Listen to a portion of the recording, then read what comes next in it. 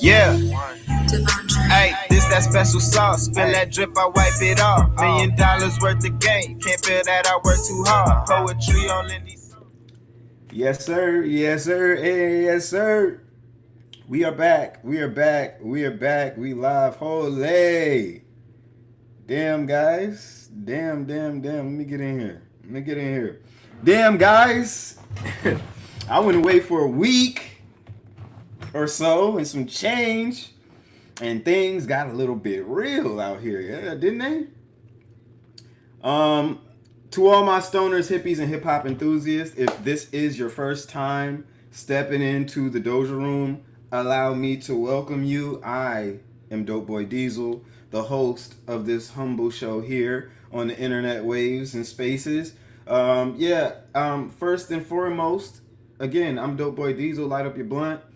Pour a shot if you need to pour a shot. Make sure you got everything you need to feel good today. We just here to have a little conversation, relocation stream. Gonna be getting out of here in the morning, so the Doja room is moving once again. But just got back from New York last night, and it was amazing. Obviously, the Knicks won the championship. The city is electrifying, and guys, oh man, this gonna be a good year to be in New York City. It's gonna be a good summer to be in New York City. I'm trying to tell y'all now, okay? I'm trying to tell y'all now, this is going to be a legendary summer like we've never seen before. To all my New Yorkers, I advise y'all go ahead and make plans to come back home this summer for the parade, all that good shit. We gotta, you know what I'm saying? So I'm gonna be back home for quite a bit. Don't know a lot. I don't know how long I'm gonna stay in New York, to be honest. But we'll be back in New York. We'll be back in New York real soon. But I had a wonderful time watching the Knicks, watching the city come alive, and you know the city's gonna do what they do whenever things get like that. You know, whenever things get that exciting, you know, it's gonna be hard to contain the people of New York. But I mean, 53 years. Come on, guys. A lot of us wasn't even thought of. Okay, me and myself included, if it isn't already obvious. But you know what I'm saying? Like 53 years since the Knicks have won a championship. And if y'all know, we're Lakers fans over here. But personally, us Lakers fans, and of course with me being from the towns, we don't really have any animosity towards Knicks fans. I've seen some people trying to stir up a little drama between Knicks and Lakers and shit like that. I don't even think that's a conversation of championships and things like that. Like, come on. These guys just won their first one in 53 years. Let's save the talks in the championship comparisons and putting people in their place. Let's save that for next season, guys. Let's save that for next season. For now, let's enjoy this Knicks win. Let's enjoy this good old Knicks victory. And again, I think all y'all should come back homes. All my New Yorkers, come back home. It's time to come back home and enjoy ourselves and really turn up. It's time to really turn up this summer. Okay? I'm telling y'all right now. It's going to be a legendary summer. So, my main thing, I didn't really have too much of a focus here today. We've been out for a week, so obviously there's been a couple of things that I've missed. There's probably a couple of things that's been going on with me that you guys have missed. We'll get into that. But yeah, it's been an interesting week nonetheless. And I've been itching to get back in here with you guys and just get these talks into work. So let's real quick get a quick sound check. Sound. Sound. Yeah, we in full effect. Okay. So yeah. So at the beginning of the last week, there was a pretty viral tweet going on with my boy O'Shea Jackson, and shout out to all my new followers who've been coming in over the past week, past couple of weeks. We've been doing some pretty good numbers on X. So I definitely want to acknowledge all the people coming in, getting used to this guy here, seeing more of me. I try to stream every week, almost every day if I can. But yeah, this is just a typical day here in the Doja room. I'm just making sure y'all are comfortable and y'all are good. But O'Shea Jackson had a tweet, and it was a pretty viral tweet at this point. But and I responded to it. But I want to get to his tweet first, if we can. And guys, these people are still responding to this damn tweet. I've moved on. Uh, I've I've far moved on, but it's been going crazy. 326K views on that. 398 comments. So I think it's safe to say I got under the skin of a lot of K thoughts. Oh yeah, yeah, they were ruffled. Light your blunts up, guys. Light your blunts up. Come on. What do I got here today? We got some blue candies. I don't know what the fuck blue candies is. Stopped by the smoke shop on the way back, coming down to the Carolinas, driving down, bumping Iceman the whole way. By the way, and can I say, oh my god, I drove from New York to South Carolina, got back home this morning, and I just have to say, Iceman, it's crazy how, first of all, Iceman is amazing.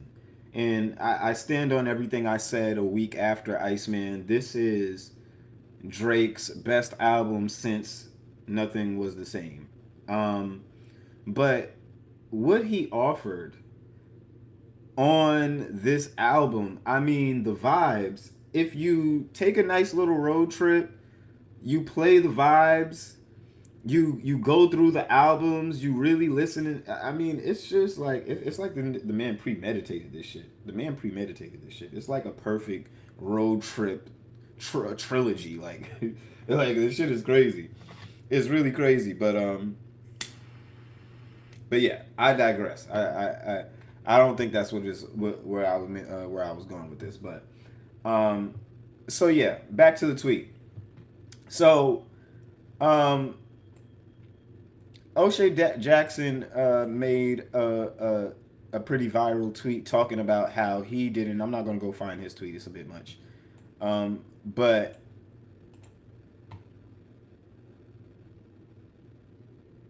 let me just share that. So he made a pretty viral tweet, just basically saying how he didn't like the lines. Kendrick just opens his mouth, and the Pulitzer Prize winner, lines aren't disses. They're just him hating, as he said. So he didn't really like that. I made my video response to that. Let's hear that right now. I see somebody's not subscribed to What's the Dirt. O'Shea Jackson said he doesn't understand. He hated when Drake said Kendrick just opened his mouth. Buddy, it's just a fact that we can't respect this nigga's Grammys. We can't respect all these awards that y'all are giving this nigga. They're not earned. You obviously are not subscribed to What's the Dirt. We get it. Shout out to What's the Dirt, but you're not subscribed, buddy. It's crazy that you think that this is just a line hating on Kendrick Lamar. It's quite literally the opposite. It just goes to show and say that no matter what kind of product this man puts out, no matter what he's saying, no matter what numbers it does. We even seen that with Dochi. No matter what the numbers are, we don't know what these guys are grading these records and this music by. I mean, these people act like Kendrick is this culturally impactful person, but where is the real change and the real revolution that this man has started? I mean, you guys act like the Pulitzer Prize winner is over here changing the world somehow. So we just want to see something tangible. You guys keep giving this man awards for virtually nothing and snubbing everybody else in the process who rightfully deserve these awards more than a Kendrick Lamar, more than a Dochi, more than a SZA. But SZA be doing her thing though. I got to give it to her. But even still, it's just like, bro, the shit is going over your head. It's obviously going over your head, bro. This isn't about Drake hating. This has nothing to do with hating. This is just calling the system for how rigid and fucked up it is. Because obviously, it's very easy to get a Grammy if you know the right people. And that's what he's saying. It's easy to get a Grammy if you're aligned with the right side, if you're producing a certain message. So it's a formula. So yeah, y'all know my point on that. I've expressed that point here. If you are a watcher of the Doja Room and you've been here with me, you've been rocking with me over the years. This take is nothing new. I What's the Dirt went into a little bit more detail and did his video, so y'all can check his video out if you want to. But he obviously went into a little bit more detail talking about exactly this point. And this is what Drake obviously sued about. It's the bots. It's the fact that we're giving this guy awards for virtually a moment in his career, a moment in his timeline where he faked artificial streams. He faked artificial fans. And I don't know about you guys, but we don't necessarily acknowledge that. So Drake saying Kendrick just opened his mouth just because whenever this man puts out a body of work, people feel like they have to fawn over every single thing he puts out because he has this seemingly Midas touch, even though the Midas touch is not felt throughout the culture. We don't feel it. It's like a good book, it's not masterworks, but it's like a good book. We like it for what it is. So I put that video out, and then obviously O'Shea responded. Let's get into his response real quick. He said, "This man made a whole video." He said, "Number one, I want to thank you for keeping it a conversation. That's rare to find. Of course, I try to keep it a conversation unless we're having one of these delusional arguments. And if that's the case, then yeah, it's going to be a little bit less than a conversation." But he said, "The bars are pretty self-explanatory. I understood what he meant. I'm saying in a world where you tell me these awards don't matter, you bringing them up gives off the impression that it still bothers you. I never even knew how many Grammys Kendrick had won until the line dropped and I looked it up. I didn't care. Now look how much y'all have been arguing Grammys all of a sudden. The only Grammys I ever watched was the one I went to, where I might have presented the best rap album with my dad, which went to Kendrick, which in context is hilarious. It is hilarious.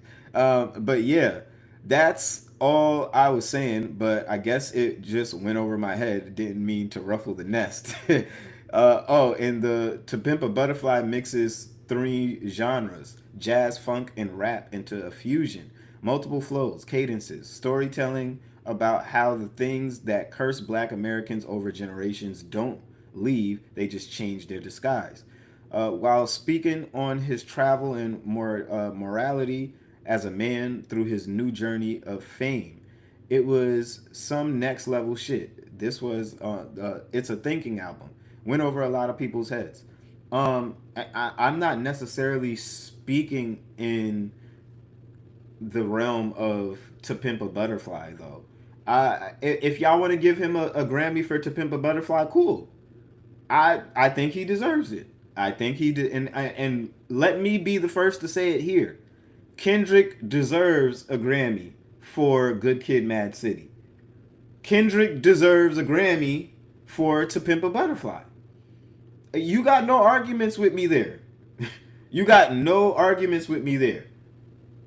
If you want to give him a Grammy for Damn, I think it starts to become more arguable there because I mean I think a lot of shit came out that year. I'm not gonna lie. When did Damn come out? Damn came out in 2017.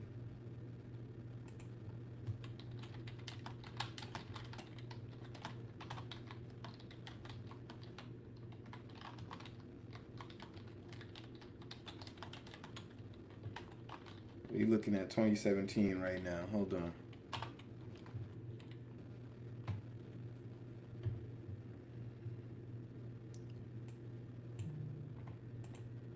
So we got a lot of shit came out that year. A lot of shit came out in 2017, and this is why I say when you get to Damn, that's when you kind of start to argue. It's like, all right, nigga, hold up, like hold on. Culture by the Migos came out in 2017. Bad and Bougie was on there. Love is Rage 2 dropped. Um, you got More Life by Drake, which, if you ask me, that's one of my personal favorite Drake albums. Flower Boy by Tyler the Creator, 444 by Jay Z. So I think a lot, and if I think if Pink Trap House is included in that, hell yeah. If that came out in 2017 too, so yeah, I think Pink Trap House is a classic. I think Pink Trap House by 2 Chainz is a fucking classic.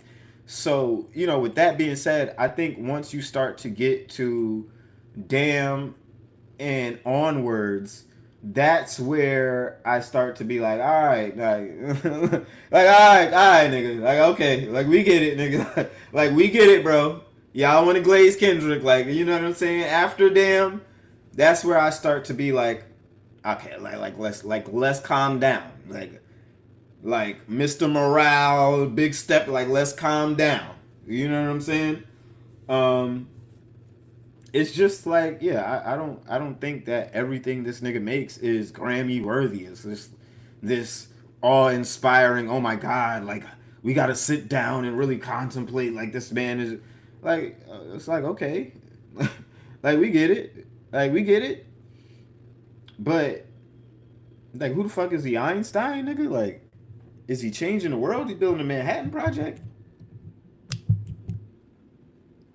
I really got to know the tangibles here. Like, I got to know what's going on.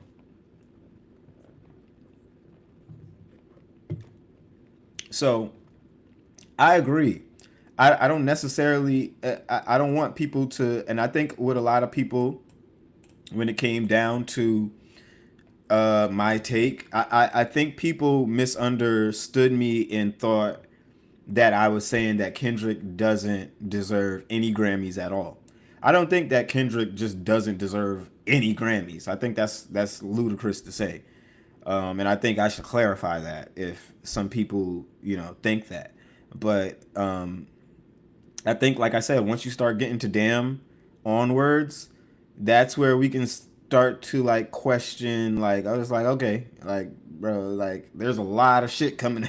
There's a lot of dope shit that came out that year, and maybe some of that shit, we're looking at in retrospective and being like, okay, yeah, those are some heavy hitters. But hey, I personally think that there were just from a quick glance, there were some more worthy albums of also winning some of those awards. But I think Damn basically cleaned up that award show that year. I think they completely cleaned up in every category. Um, and I think that's where Kendrick won all the. I think that's where he won the most Grammys. I don't know.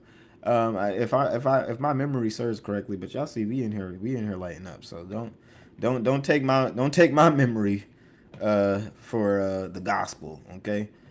Um, but yeah, I just wanted to put that out there. Shout out to O'Shea Jackson for responding and sending that tweet to the stratosphere. We appreciate that, and I'm gonna continue to give up my takes. You know, I'm gonna continue to give it up how I see fit. I just think that Kendrick, the Grammys that he's won, especially the ones that he's won lately, they're definitely not they're not deserved. We got to call those into question. Okay, we just have to. With that being said, I also made a response to the the audacity, the allegation that somehow Drake is joining Kendrick Lamar as the only rappers to surpass 100 million monthly streams. Now, again, this ties into the same argument. I just think this is cap. We can't sit here and acknowledge, botting. No matter if you guys want to go and try to Google and there's been no nigga. This has been a cover up. Then nigga, Drake is suing for this shit. There's a reason niggas is suing for this shit. There's a reason people are under investigation. If they're allowing payola, what makes y'all think they're not allowing bots? Like, come on. Kendrick Lamar was the only thing playing on the radio for the last 2 years, nigga. We gotta be real. We gotta stop this. There's an obvious budget to push his music, and if it includes payola, because it wasn't that many of us fucking people that love Kendrick Lamar on the radio. I don't give a fuck what you talking about. Yeah, I don't give a fuck what you talking about. It ain't that many motherfuckers in the South that love Kendrick Lamar like that. The way like I said, I took a road trip. I like just sitting there, just listening to the radio. Hit the road, listen to the radio. See what people are listening to in each city. See what's being spun. And it was all Kendrick Lamar. And I was like, well, I've never seen this many people listening to Kendrick Lamar in my motherfucking life. And it just didn't translate. It just didn't translate to real life. Radio didn't translate to the parties, the house parties on the block, what the niggas is really listening to, what people are really playing. It just wasn't translated. Nobody was playing that shit like that. It was trying to be forced upon us. But nobody was really playing that shit like that. So, when a champion in boxing, in the UFC, when it's found that he used an illegal substance or enhancement in his bout, in his fight, then he is stripped of his titles. That's usually what happens. When it's proved that you have used any type of enhancements, drugs, things like that in any type of competitive sport, you're stripped of your titles. You're stripped of your awards. You're ostracized. You're banned from the game. Why do we just sit here and allow these people to play in our faces and just say that, well, yeah, Kendrick Lamar lost all these streams, but we don't know, people bot streams all the time. It could be anybody. Who the fuck is paying for all these bots? What random nigga in Compton, what random fan stand in Compton or wherever is just paying for all these fucking bots and not telling Kendrick Lamar's team? Like, yeah, I just want Kendrick streams to go up. I'm just going to pay for millions of bots. The fuck? Who got it like that? Who's just shelling out this cash? It has to be somebody with a big budget for it to be this high of a volume. We can't sit here and act like we don't see streams and shit disappearing and being purged and just being like, oh well, it was never really confirmed, but I don't give a fuck what was confirmed, nigga. Do you know what industry we're dealing with?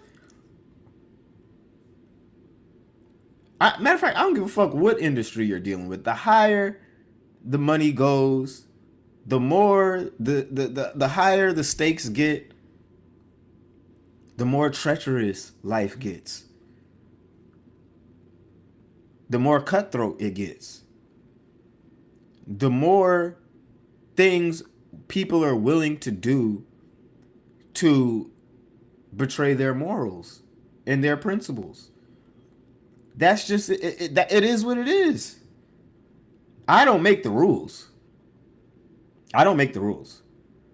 So, all in all, I'm just saying, we can't sit here and continue to acknowledge shit that people didn't earn. You want me to sit here and say that Drake is joining Kendrick Lamar? I can't say that. We can't say that. I can't acknowledge that. Y'all can acknowledge that. It would be a clown show to me if I was to do such, but y'all can acknowledge those things if you want to. I have no problem with that. Do you? By all means. But I think that's crazy.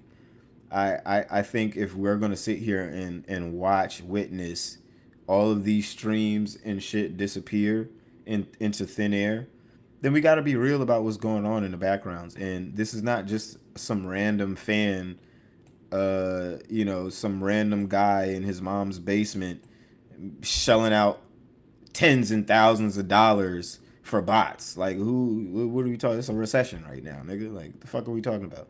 So yeah, but let's keep it moving. That's just some of the things that have been going on with moi, because yeah, it's been a real eventful week. Like I said, a lot of new people have been coming in, and I know you guys are not used to the live streams and probably don't know how I do usually and give it up, but I wanted to keep some fresh takes into the mythos, and X added this new feature where we can now react to videos, which I think is great.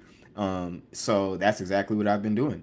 And as I've been away from the mic, I figured I keep you guys updated. And again, that's why I always urge you guys, please make sure that you're following the page. Make sure you're following me. This is the best way to keep up with everything that I got going on, and my crazy takes and my conversations that I might be having, even when I'm away from the Doja room. So even after today, since this is the last recording I'm going to be doing in this location, unless something crazy happens. I would behoove you guys, if you want to stay updated with me, go ahead and follow my X account. That's at DopeBoyDiesel. You can follow me everywhere, actually, at DopeBoyDiesel, just to make sure that you are in the midst of what I got going on. Okay, so I'm not always here all the time. So when I'm not, you can lock in and maybe talk to me here. Okay. So also I think I had somebody who wanted to debate, if I'm not mistaken. Um, but we'll get to that as well. Somebody did want to debate off of one of those topics. So I will get to that. Hopefully we don't got a runner. Hopefully, because you guys know a lot of these guys like to run. They talk a big game in the comment sections, but they like to run a lot. So it is what it is. Let's keep on with some more of these, because I've been saving a lot of shit while I was away. So yeah. Oh my god. So sheesh. I'm a little late on this, right? Although, as far as the Doja Room goes, but while I was away, the story broke about this shorty apparently uh, cheating on her boyfriend with her cousin, and it it blew my mind because I was just over here like, bro, what the fuck? Like, what? Why does the good shit happen when I'm away from the mic? Well, kind of. I don't know. Something is always good. There's never a dull moment. It's summertime. It's getting hot. The Knicks just won. It's not going to be a dull moment for a long time. So I'm gonna try my best to keep close to the mic. But it's never a dull moment out here. You know, you never know what's going on. But this story broke, and it's had uh, it has had the internet on fire. So long story short, I'm pretty sure everybody already knows the gist of it. You know, boy meets girl. Boy finds out girl is cheating with her cousin, and goes to the internet, and the rest is history. And now we all know what the fuck kind of freaky bitch this is. I just think her coming back out so early is, it's like, what are you doing? Like, taking less than a week is crazy. You needed a good month or two off, maybe even a year, from the internet before you came back and tried to jump into the midst.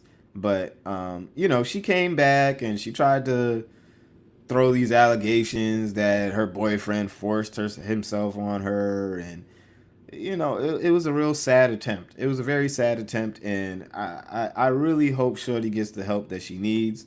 For you to be fantasizing about your cousin busting on your face and all kind of nonsense like that, I was like, boy, oh boy. Mm-mm-mm. Some people are really freaked out. Like, she's an nympho for real. That's what an nympho. She's a for sure nympho. She can't get enough. There's nothing to say. The way the nigga was talking about her, saying how she always wanted, you know, him to get it in on her while she was, you know, run that red light. Yeah, she a top notch nympho. And if you have never met an nympho, boy oh boy, that might be one of the best and worst things that ever happened to you, my nigga. I'm telling you, don't ever cuff her though, because they are liable to do crazy shit like this. They just can't stop themselves. They can't keep them legs closed. Yeah, that's why it's like it's a bigger issue with her. Like, hold on, let's really. I don't want to.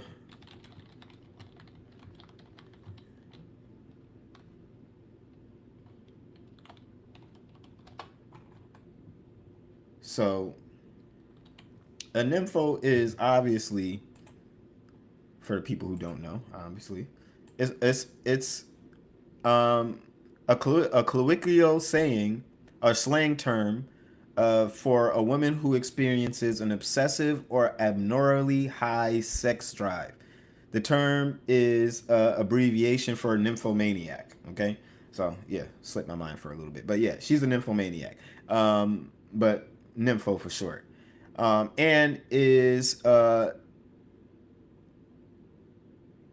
you know what?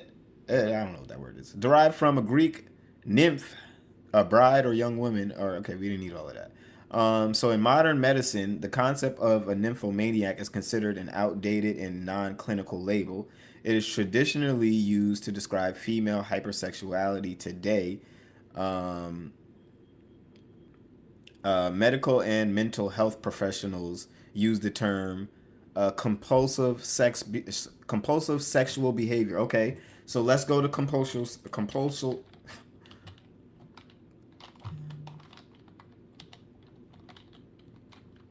How am I spelling it?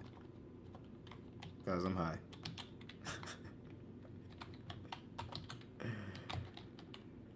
What did it say? Oh, compulsive. I'm like, what is the fuck is compulsive? Like, compulsive.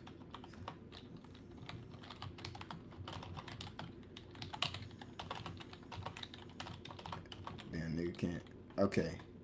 This is what it is. This is what Shorty got.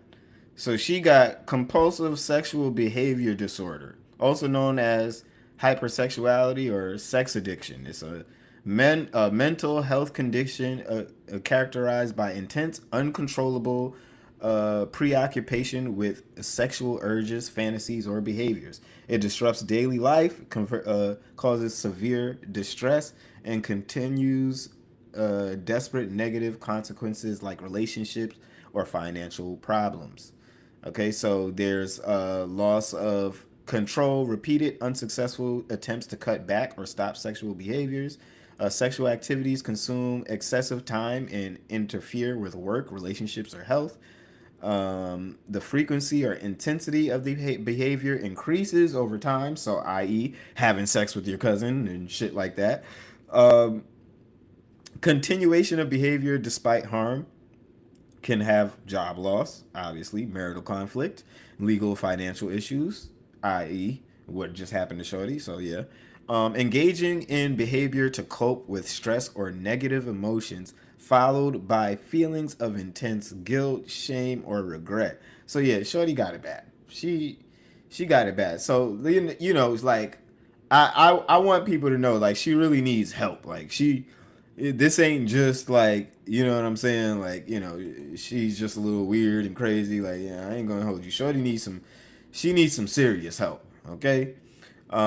She got it bad, so hopefully she receives the help that she needs. But I just thought that was a crazy story to develop on that side of the internet, and I don't know if it's necessarily over. It may bear more fruits in the future. So if it does, I'll be here for it. But yeah, I just thought that was pretty crazy to see. Let's get into some of the more takes that came out. We got Baby Keem. He says he wants to be more than just the new face of the new generation of rappers, adding that he believes he's already better than certain members of the current Big Three. I want to be one of the greatest of all time. I think I'm better than members of the current Big Three. Let's see what he has to say. Do you want to be that figurehead, like like a leader of the new generation, like big three of the new generation? Is that something that you want to be? No, Mm. I think it's like a cop out. I think people should just stop saying that like music is. Let me reframe that. I'm gonna say no still, but no because it's Okay. a it's you're putting like boundaries on it. That's like saying like I want to be like the one of the greatest of all time. Mm. So not just like Yeah, like the new you. generation thing. Like I think I'm better than members of the current big three. Like you like it's like you know what I'm saying? You know Like what? there's You no gotta you gotta think that way about yourself and your art. yeah, I mean like you can't you're not telling me I don't view it that way. I never did Mm. view it like that. Like I never viewed it like yes, there's age and there is a new generation, like for sure. But like should we be competing We're to all be on the same playing the field. best of like the weakest, or should we be I don't want to be the best of like the weakest. I want to be the best of the best. Like Of all. yeah, I respect so it. and that should be the mentality of everybody coming up. Whoever else is on that list, like should have that same mentality, I feel like. But Mm. like for me, like yeah, I think you have your peers for sure. Yeah. And but that's like perspective because it could be people on that list. I don't really consider anyone on that list like my peers. Mm. you know? So it's like that's my perspective, right? Mm-hmm. So like yeah, I think that I don't want to be the face of in the Anything. New that gen. concept. Yeah, Yeah. because I wanna be the greatest artist I can be. I don't know. I guess I don't necessarily have a problem with this take. You expect the artist to say that they're the best and things like that. I don't know if that's kind of like a shot to try to say that you're better than people in the current Big Three. Okay. Personally, I don't think you're better than Kendrick, Cole, or Drake. That's just being real. I don't think you're better than any of them. So that's a stretch. But yeah, I mean the nigga is entitled to his opinion. As an artist, and I'm looking at this through an artist lens, you have to have the mentality and a level of delusion that you're that guy. You know what I'm saying? You gotta believe that. You gotta go into rooms and meetings and on that stage and believe that. So I don't necessarily have a problem with the take.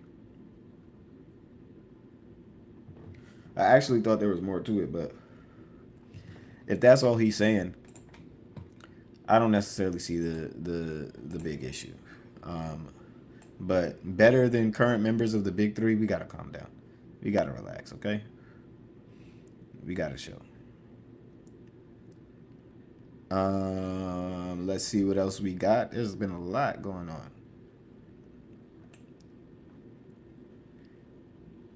Did y'all see a couple of these people saying that? Let's pull this up. Let's see if people see this. If y'all seen this? People saying comparing Eminem to Drake. We went through a little bit of that too.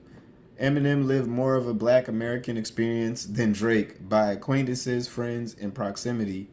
And he only rapped about content and the life he knew. Never tried to go rap on other people's blocks and play outside games. Like what? What does this even mean? It's like, bro, what does this even mean? It's like y'all grasping at straws. If you just don't like the man, just say you don't like the man. But it's like, this is getting old.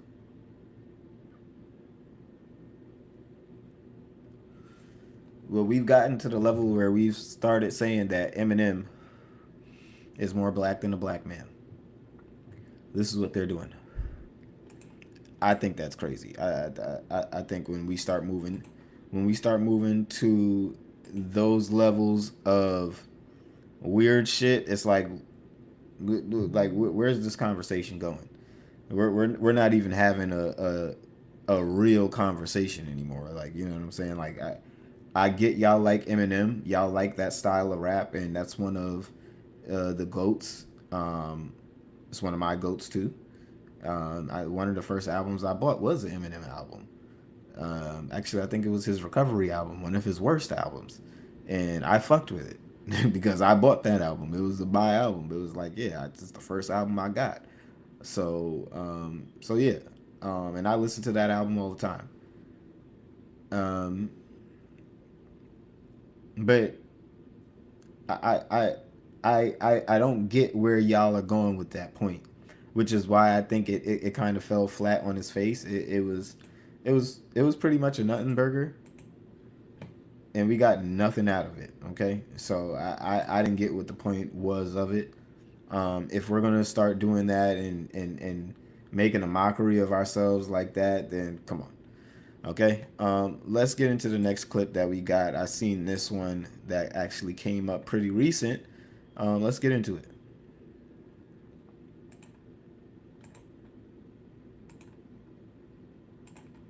Y'all want to keep telling me Drake got no bars? Cool. Let's have the conversation. Welcome to the greatest show on earth. And action. I've been tagged on this video multiple times where this guy decided he wants to play a game called Is it a bar? I said earlier that Drake doesn't really drop bars. So here, I'm going to play a bar, and we're going to decide whether or not this actually has any lyrical merit. Now, after that fire BTS bar, this is what bro said. He's feeling like BTS, a K-pop Korean boy band. He tried to make a play on words. He had to wait their whole career, you know, homonym, homophone, whatever, to be so discovered. Seoul Korea. Get it? Again, puns, not an actual. Now, I learned not to throw stones from a glass house when the Joe Budden Logic beef happened. Because watching Logic go... I'm going to read it word for word like he read mine. Pump, pump, pump, pump, pump. You see, hip-hop requires someone to not only understand the context, but to also have a belief that the person is saying something in depth. Because if you just read it off like Joe Budden did to Logic and Logic did to Joe Budden, you look like an idiot. Now, here's what I do know. I spent an hour for the last 2 months listening and learning about BTS because people had been telling me I didn't understand the depths of the music, and they were right. Albums like The Most Beautiful Moment in Life have songs like Silver Spoon, where they're talking about the intricacies of hustle culture and what the last generation stole from. You know what? Even then, you miss the first part of the bar because you don't actually want to take the time to understand. The skies are gray in Toronto. They not a golden color. There is a literal word for the sunset glow that happens at night in Korea. But if you really want to get crazy, I just got to this album and I found out Jungkook is the golden mane, which is literally like, bro, you can't even begin to understand how crazy this bar was because you don't even want to understand the depths of BTS. Drake does something that many mid-IQ people don't understand. You see, once you get to a certain point of IQ, you start to believe that there is value in those things that are complex that the simple don't understand.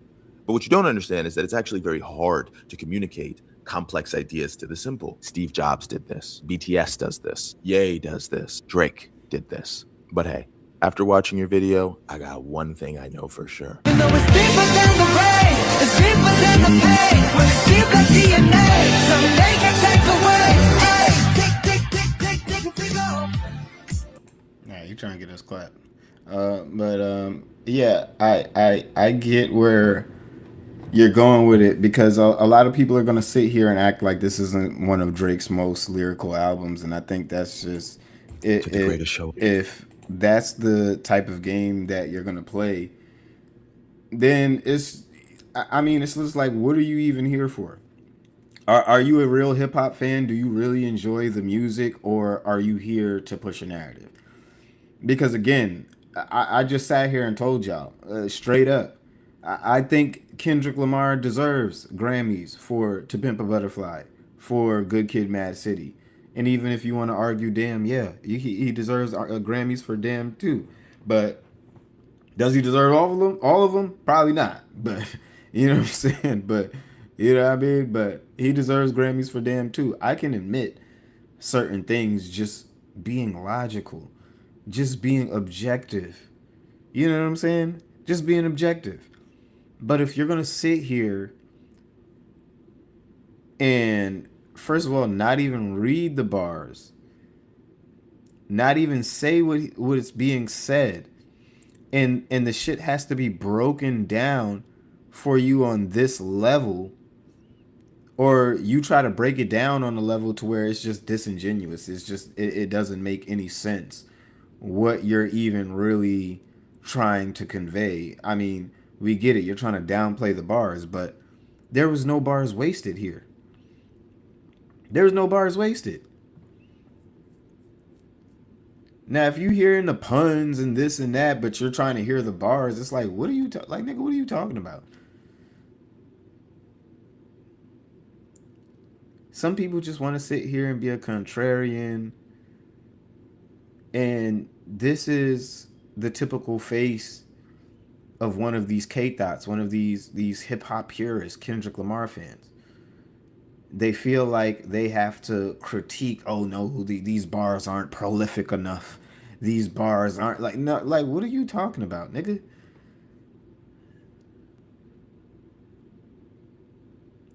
And then you chose one of the hardest bars on the like, it makes you look crazy. And like I said, this past month has been showing us. I told y'all a month ago. I'm gonna continue to tell y'all.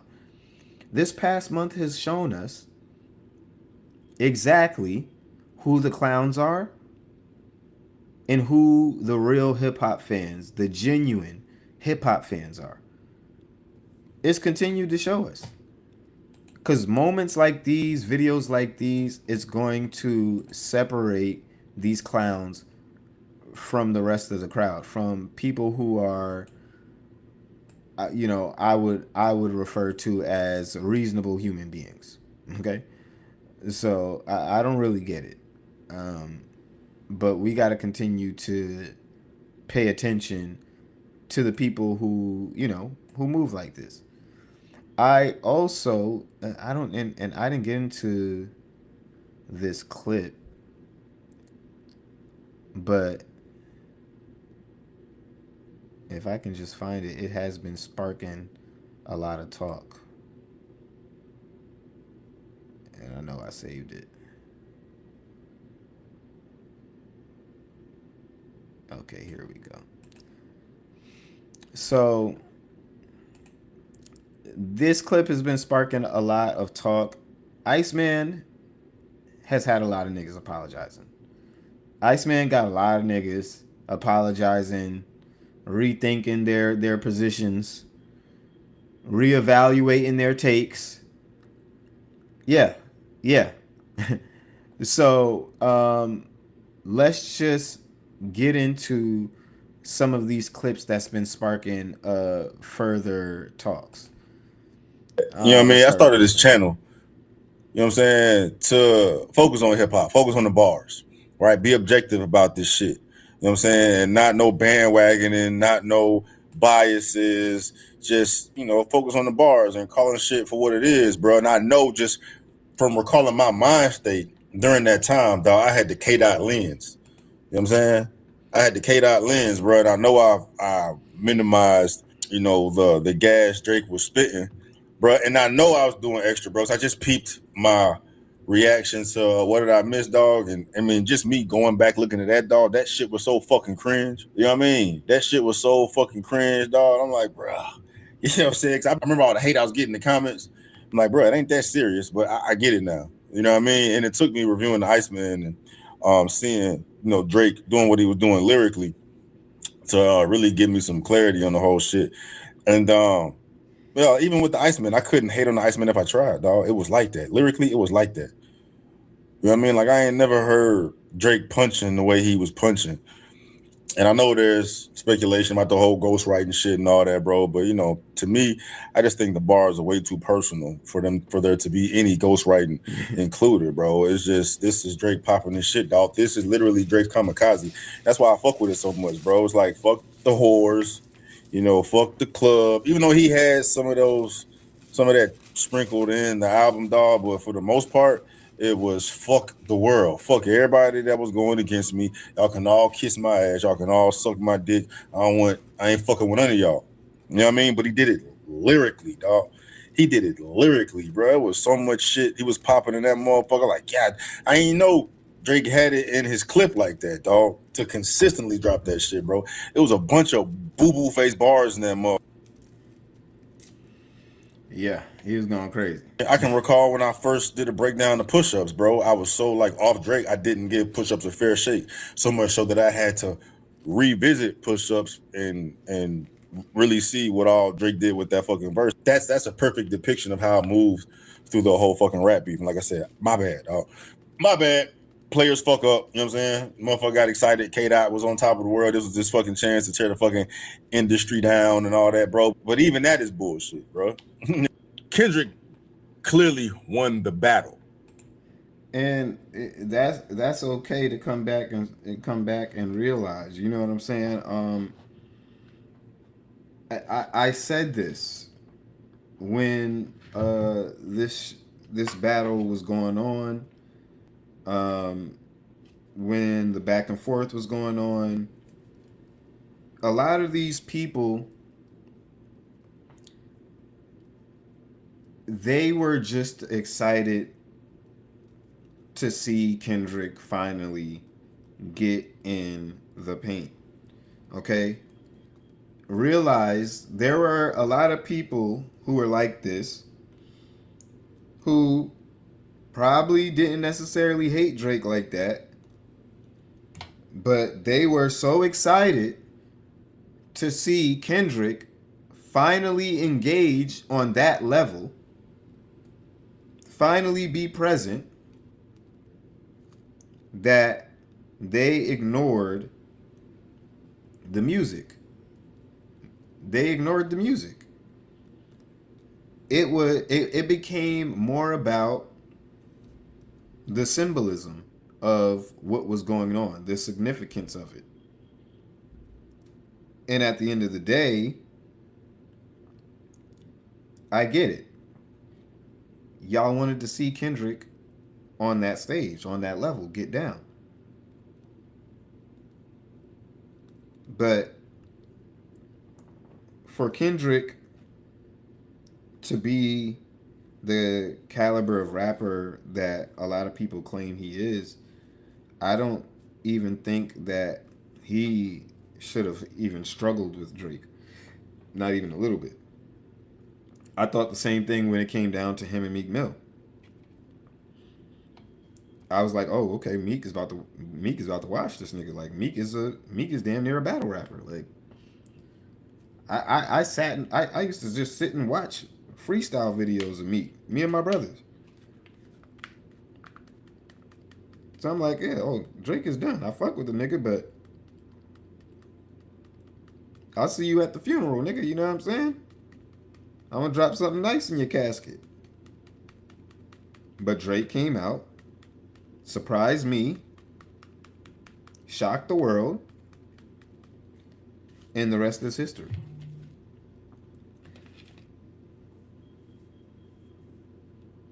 But I say all that to say that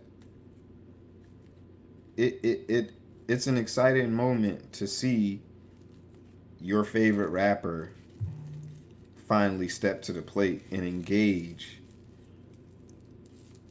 in beef. I mean, it's like watching gladiators. It's no different from watching your two favorite football teams. It's no different. It got to the point of weird things being said, but again, it's just no different from watching your favorite football team or anything like that. So I get Right. people's Clearly won the sentiment. rap beef. I get people's sentiment of them just wanting to see Kendrick win, them just wanting to see him have his moment, him finally be there. I mean, it's almost like watching, someone fight. These people have sat on the sidelines and watched Drake battle time and time again. It's almost like watching somebody fight, and you're looking at your guy on the sidelines being like, man, I know he could whoop his ass.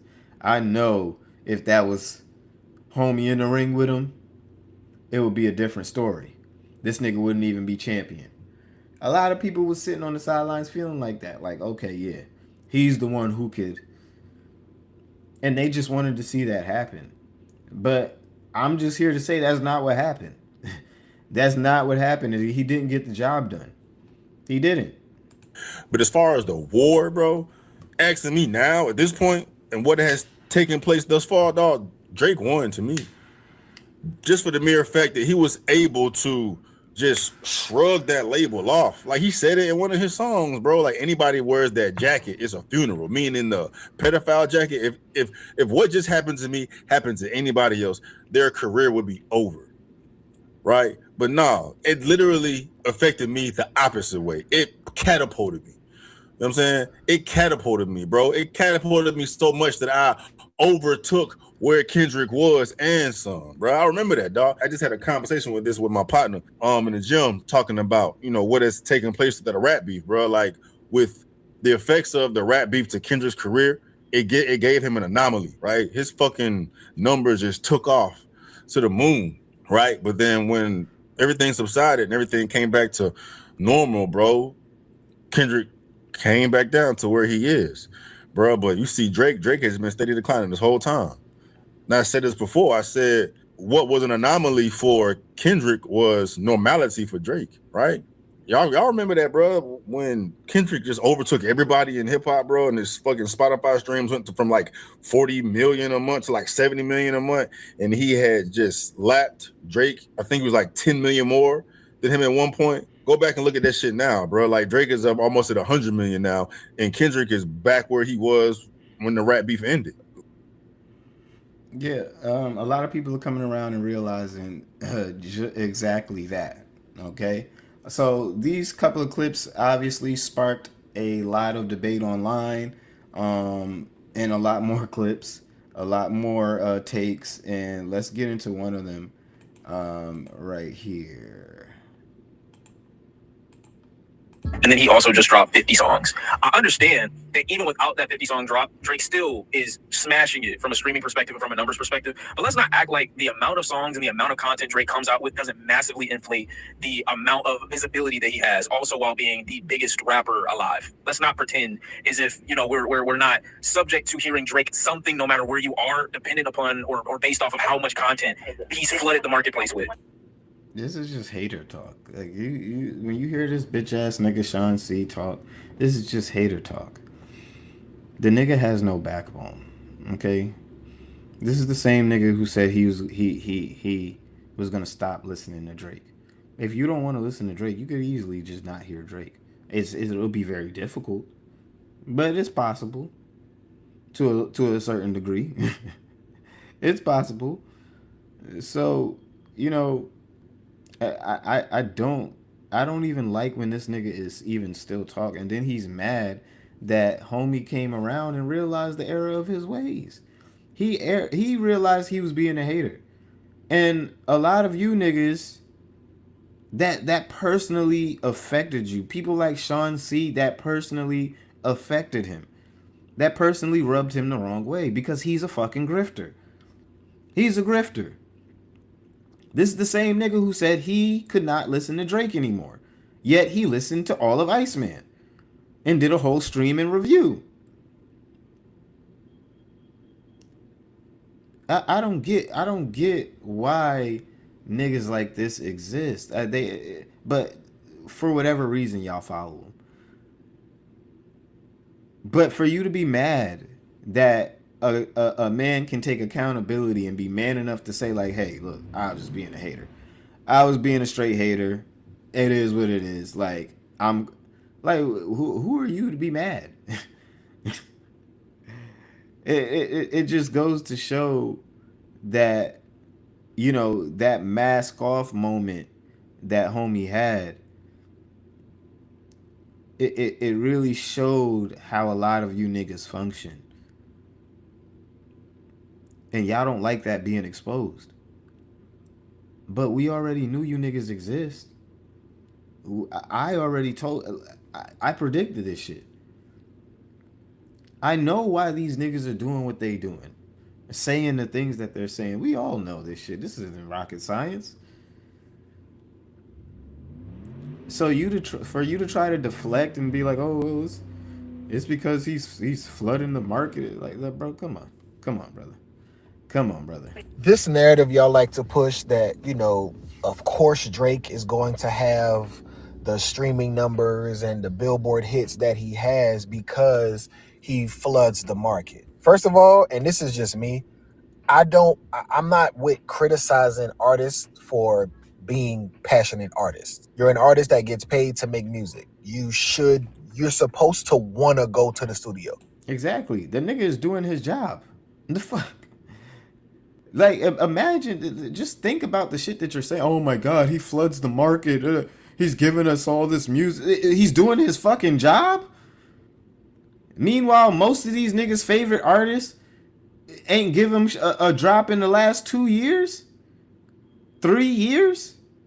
Shit been quiet. These niggas don't know where they at. These niggas is not putting in work. They not dropping. They not putting in work. So y'all niggas be mad that our favorite artist continues to deliver time after time, year after year. It really gets y'all that annoyed? I don't get it. It's just like the audacity of you being mad that I'm doing my job.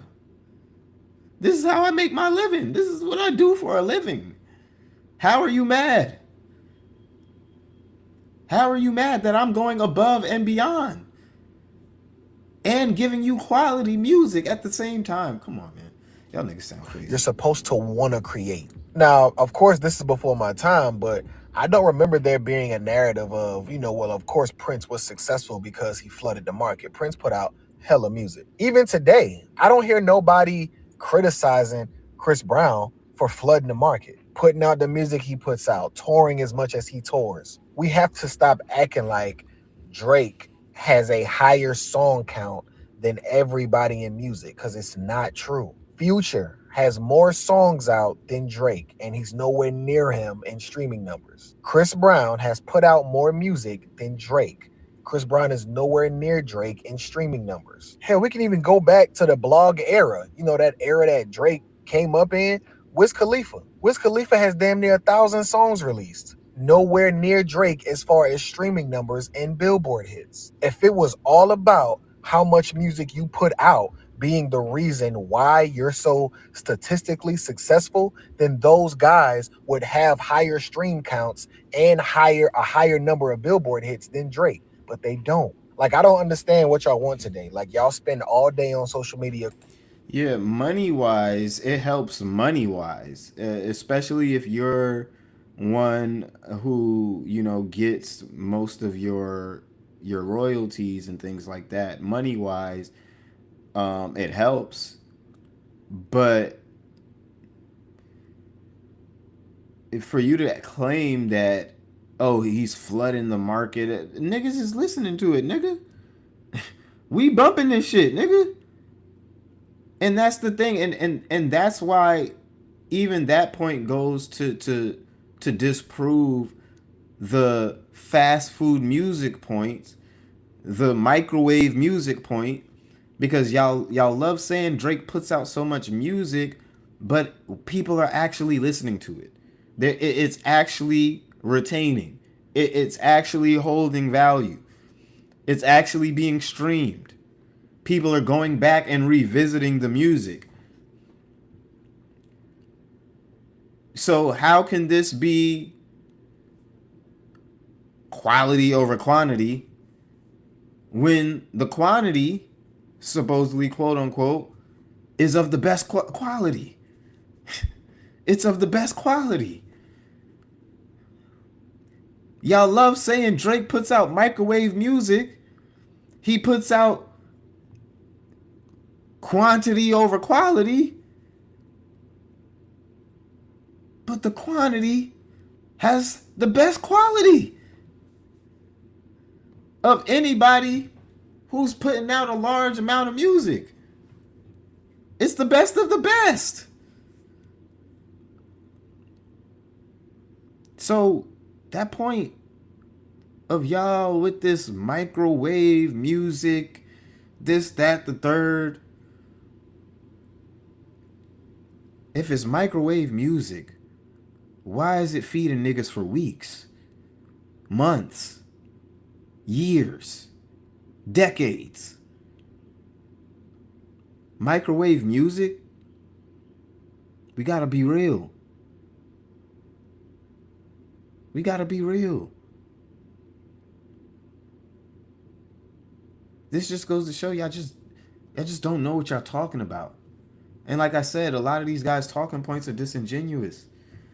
They pull it out of their ass. These niggas ain't making no real points. They not telling y'all anything. This is just hater talk. This is just hating. Pure and simple. No way around it. Criticizing these new young TikTok moment artists who are here for like a year, 2 years. They may put out an album, they may not, and then they just disappear. Y'all criticize that, and then you want to turn around and criticize the guy that's been here for almost 20 years with nothing left to prove, but still having a crazy work ethic. That should be inspiring to the average person. Like, this guy has nothing else to prove, and yet he's still working harder than everybody else. Kobe Bryant, fresh off of winning a championship in 2009, his 4th championship, in that very offseason, after winning a title, he went to work out with Hakeem Olajuwon and develop more of a post game. Man that had nothing else left to prove. He had just won his 4th championship without the man that people said was the only reason he won championships before. He said, nah, there's another level. There's still another level, and I'm going to go develop that other level. That's inspiring as hell. Why is it when it comes to Drake, people act like there's this powerful force beyond their control as to why people are listening to Drake? Like when when niggas was posting their Spotify raps and couldn't believe Drake was in it. Dude, this is your data. All they doing is spitting your data back at you. You listen to Drake. Oh, they was forcing them on us. They was putting they was putting his music everywhere. They was playlisting him all over the place. Well, one, that's what you do when an artist is delivering as much as Drake has been delivering. And two, I don't care where they place an artist in their music. If you don't want to listen, you don't have to. I use the Taylor Swift example all the time because she's the biggest artist that I happen to not listen to. Taylor Swift could drop 1,000 songs tomorrow.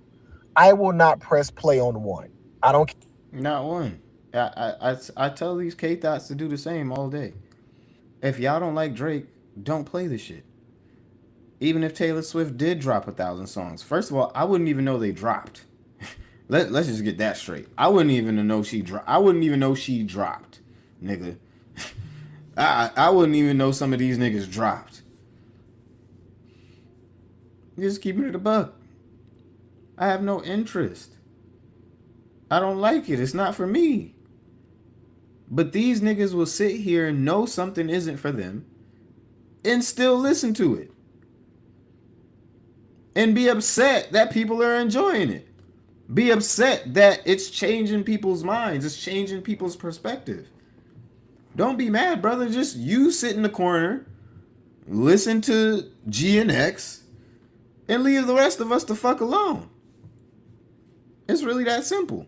Care where it's playlisted. I don't care where it's highlighted. I don't care where it's promoted. If it come on and I don't want to hear it, I am turning it.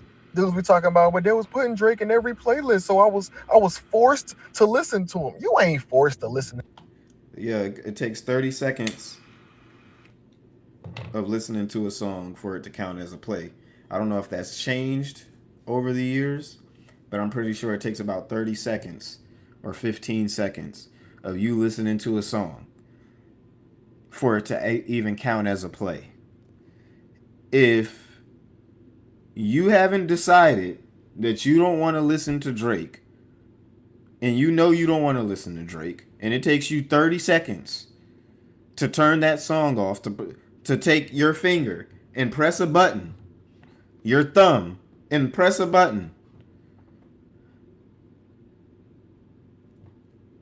sounds like you want to listen to Drake to me.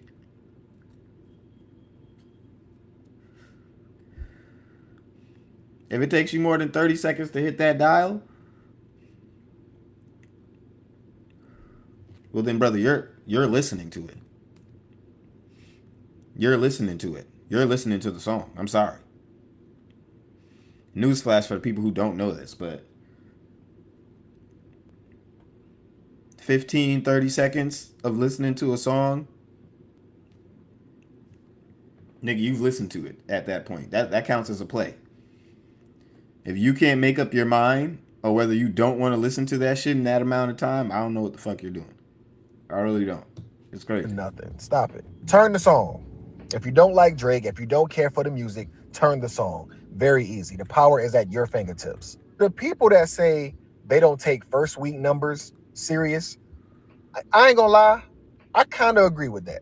At the end of the day, the first week numbers is just like, don't get me wrong, it does show a little bit of the impact, but it's more of like a check-in. You know what I'm saying? I'm just peeking in to see what you got going on. If you say you don't take those seriously, cool. But when we start getting to the fourth and fifth week, and there hasn't been like a plummet, bro, Drake's fourth week is projected at 137K. That is higher than more than half of these other dudes' first week numbers. What reason would people have to keep running back to music that they believe is not good?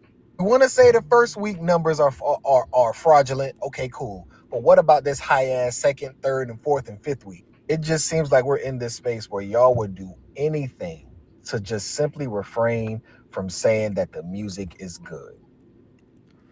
Well, they will.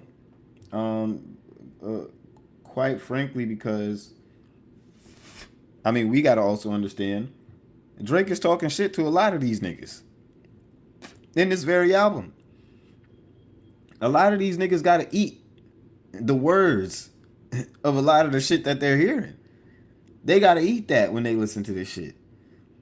Again, you gotta say fuck Kendrick Lamar when you bumping Iceman. You gotta say fuck Rick Ross. You gotta say fuck Jay-Z. You gotta say fuck all these people. They don't necessarily like that. I told y'all niggas that they didn't like that. And then DJ Head went ahead and made a clean version, a diss-free version of Too Hard for the Radio. Y'all niggas don't listen to me. Y'all niggas don't listen to me. Y'all niggas don't listen. I don't know what it's gonna take y'all niggas to listen, but y'all niggas don't want to listen to me. I told these niggas verbatim. They don't like this shit. They don't like the fact that they gotta say fuck all they niggas to listen to this shit. And fuck, it is basically a fuck you to them too. And they don't like that this is the album and songs of the summer. Songs that are dancing on their head tops. But they gonna have to eat it. Cause the bitch they wanna fuck, she dancing to it. She making TikToks to it. The bitch they try to holler at in the club, she getting lit to shebang. Shorty you see taking a jog through the park, she bumping Jan and shut the fuck up in her headphones. Maybe make them pay. If she a real one. She might just be playing the whole album. If she an owl. They can't stand that. They can't stand that. Shorty that they got in their car and they just picked up and took her out on a date. Now they trying to, you know what I'm saying, blow one down in the car and she say, yo, put on Iceman. Turn on Jen and shut the fuck up. That's what these niggas don't like. Trust me, I know. I know. Y'all don't ever listen to me. I'm trying to tell y'all. Every bitch that these niggas is trying to fuck this summer is going to get in their car and tell them, turn on Jen and shut the fuck up. Turn on Shebang. Let me get the aux. I want to play Drake. And these niggas can't stand it. They can't. It is what it is, guys. It is what it is. I mean, what can we say? They just have to live with it. Meanwhile, joints getting in the car with us. We already playing Shebang. We already playing Iceman in the car. Baby, come through. What the fuck? You didn't even have to tell us. You didn't even have to say nothing. Like, come on. So, of course, we got some more Iceman takes. Let's get into it. This one says, OVO, Mark, and Kevin Durant comment on a video claiming some sexy songs for you was a flop. Oh, man. Yeah. More delusion. With him in 21, when that was out, we was Jack and Drake had an album out. So when some shit dud, don't. Dud? What dudded? Did the party album dud? Yes. What? Right. Yo, God, he had no Kia on there. Yes, we in Miami turning up another notch. Something about hits. What you talking about? You talking charts, right? None of those charted. No number ones. Insane. No Kia went number one. No Kia did not go number. Where did it fall on the hot 200? It was not number one. When y'all like to tell, I'll be serious. I'm with you. Like to say, so let me ask you a question. So what did no Kia? No, you said didn't chart. I just want to be clear. It's not on top 200. No number one. I promise you, Miles. This is. Go look it up. I promise you, I'm gonna just go get it. Like to say. Number one. Yeah, I'm so surprised. I didn't know that you was a West Coast rider. I didn't know that. That's crazy. Nokia peaked number 2. So it's not. I apologize. Mind you, these are Kendrick Lamar fans or whoever they are, old heads, dick riders, haters. All of them have, over the past month, deluded themselves into calling a number one album album a flop. A dud. This is what they have devolved to. I need y'all to take a bookmark in history. I need y'all to take this bookmark in history. And remember this time.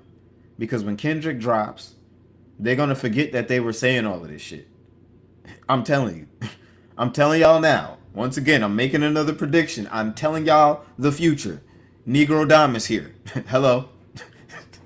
Look, I'm telling you. When Kendrick drops, they're going to forget that they were saying all of this shit. I'm telling you. So we need to bookmark all of this shit right now. Take your screenshots. Do your screen records. Whatever the fuck you need to do. Because I'm telling you, we're going to go through Delulu land when Kendrick drops. Okay? They are going to forget how insecure, how rabid, how delusional they were acting for a month straight when ICEMAN dropped. Okay? I'm letting y'all know. This is sad. This is truly sad. The shit that we're witnessing right now, oh yeah. This is sad right here. But again, I'm letting y'all know what they're going to do. They're going to forget all of this shit. They're going to act like all of these conversations never happened. I'm telling you. He said he didn't try. He said he didn't try. Being number 2 is a failure. Yes, when you're the greatest of this generation, Number 2 is a failure. All right, this is what I'm gonna do. I'm only using words. I'm not yelling at y'all. Yeah, back to the front. I like the finals part. I want them to see that you got the exclusive new era hat. Yeah. Make sure that they No, so I just want to be that. Y'all know my. make me scared when you put it to the back, like Brooklyn, like you want to fight and stuff. Like we don't. Y'all No know violence. I'm not about to yell. I'm just gonna tell y'all, especially because Punch. I've been fucking with Punch content exclusively over the last 2 years. I've been fucking with his shit like pause a lot harder. Mm-hmm. Like I make sure I tap it. Like if it don't come down my algorithm, yo, let me see what Punch talking about, right? Appreciate it. And for the last 2 years, Punch has been a part of this. What's the word I want to use? This is gonna go left now. No, it's not gonna go left. I promise you. Now, if we're just using words, I'm not putting nothing on it. Yeah. Pause. He has been a part of this journalistic brigade that wanted to kind of skew the Kendrick win or the Kendrick beef. Pause. That said, oh, ever since Drake been gone, I heard you were probably one of the first people that said this. Oh, ever since Drake been gone, no number ones on the radio. We miss Drake. He dropped music. It just didn't go number 1. Well, okay, so it went number 2. But it's not number 1. I want to apologize. Yeah, this is sad, son. This is sad, son. This is truly sad. Is this what we're doing? Kendrick, I knew he was a K thought. Because it was too personal for him. I can tell. He was taking the shit too personal. This is sad, my brother. And we already know why that track didn't go number 1. We already know why it didn't go number 1. We know this. This is crazy. This is what y'all doing? Y'all are proud of this? Y'all are proud of shit like this? For Drake falling off and being number 2. Yeah, like that's crazy. Whatever you want to call it. Yeah, he didn't. There was no number 1s. Y'all said. Look, there's no shame in his face. There's no shame in his face at all. That's truly crazy. There's no shame in this man's face at all. Like, what are we doing? Look at him. He's truly trying to defend this shit. Like dead ass. Like he's dead ass right now. Look at him. He's serious. Again, I'm playing this and I'm going through this real slowly because I want y'all to realize this is what they have devolved to. They're gonna act like they weren't saying all of this shit. They're gonna act like they weren't acting. They ain't acting like this.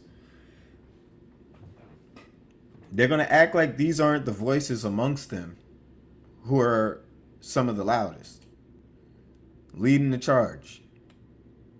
I think niggas talking like this is complete. It's complete clown work. I don't know why you feel that personal, but yeah, it's crazy. It's a little crazy. Okay, let's get to I guess Ebro's full review on Iceman next. Let's see what he has to say. This ought to be good. Shit, I almost made that maid of honor. That maid of honor almost went. That maid of honor. That That maid of honor is But still I special. don't listen to the maid of honor. I listen to some joints off Iceman. That's what Maid of honor I play when I'm like on Apple Music One. That's like the joints to play, like when you getting in the club zone. That's what me and Nick was just talking about before we started. We was like, we play the Iceman. We go back to Iceman because we're starting to go back to Iceman because we were so entrenched in it when it came out, so we got tired of it. But Maid of I was Honor. doing some listening. I mean, we were dissecting. good. Yeah, it was, but it's also it's good. Yeah, but it was. Wore it out. You Yeah, got tired of it. You I was wore listening. Iceman. Okay. I wore so we're Iceman. here I'm not then. gonna hold you. So we're here then. It's the only album that's on all four of our lists. Yes. That's got to be album of the year so far, right? I think so. Yeah, I think that's a good I'd be conversation. remiss. to have. Yeah, I wouldn't be. It's the only one that made all four lists. The only problem I have with Iceman is it's too many joints. I just wish it would have been. I have a lot of skips on it, but the shit I really like. I mean, that's the also reason I didn't put Cole on my list because there's a lot of songs that I really love, but then I'm like, damn, that's a lot. I can't do the Cole, man. I like. I got it. I mean, I got it. You know, that. No, the Let Out is one of my Like, favorite that shit J. is Cole songs ever. Safety, but it just when it comes to the entire There's project, so much it's, great shit on that. Cole, it's a bro. lot of great shit on there, man. Look, man, I'm in the minority. It just Nah, but by the way, so when you look, Iceman is obviously album of the year. Okay? There's no question, there's no album that's come close. It's without question album of the year. It's taken over the summer. Janice Shut the Fuck Up has been number one. I think it's still number one on Apple Music. We're going on our 4th or 5th week at number one as an album, as a body of work altogether. What are we talking about? And this is going to be the album that we're listening to for the rest of the year. We're going to be bumping this shit heavy. All three of these drops, but Iceman especially. Without a question, this has been, like I said, the best album Drake has given us since Nothing Was the Same. It's his most lyrical project he's ever put out, and for that, it has the bops, it has the bars. What more do y'all want? It has shit for the bitch, like the bitches love it. The niggas can dissect it, break it down. Yo, come on, man. And I ain't gonna hold you. Let me just say this, if nobody has said it yet. Okay? Iceman is the ultimate op album, okay? If you got an op, my nigga, and you not listening to Iceman, you not ready to get in that mode, bro. You not ready to get in that mode, my boy. If you have an op, if you are sliding on niggas, and you not listening to Plot Twist, you not listening to Whisper My Name, Janice Shut the Fuck Up. If you got a op, you just got a nigga you don't like. This is therapeutic right here, okay? You play this and you just think about spinning on it, sliding on it. Pause. But you just thinking about drilling. Pause. If you want to get in that mode, you can get in that mode. Easily. Okay? If you got somebody you don't like, this album will definitely put you in the right mode that you need to say, fuck a nigga. Fuck that nigga. That nigga's a bitch. That nigga's a hoe. It's gonna always be up for this nigga. It's gonna always be up when I see this nigga. I cannot de-escalate shit if we see him. Fuck it.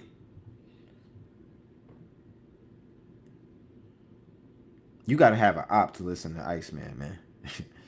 You gotta have a real op to fuck with ICEMAN to really get this album.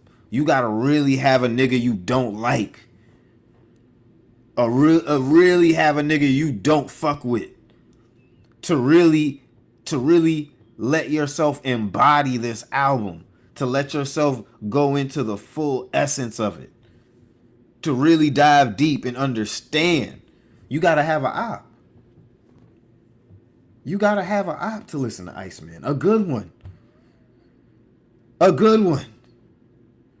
You gotta have you a good op. A nigga like me. You gotta have you a real good op.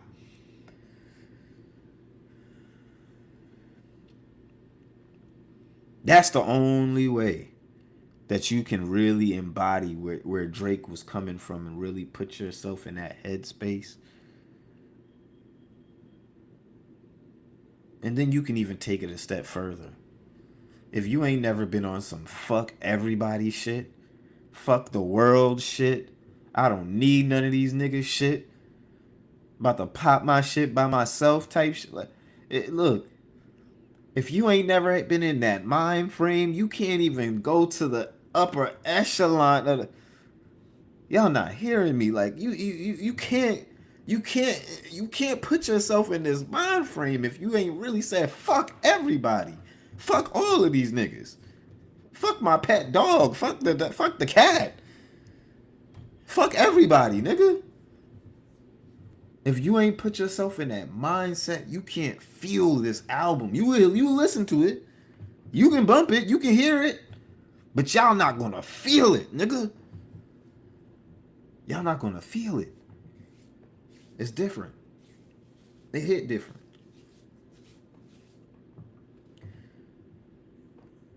But that's why niggas like this, I don't know. I don't know if they really gonna get it. I don't really know if they gonna get it.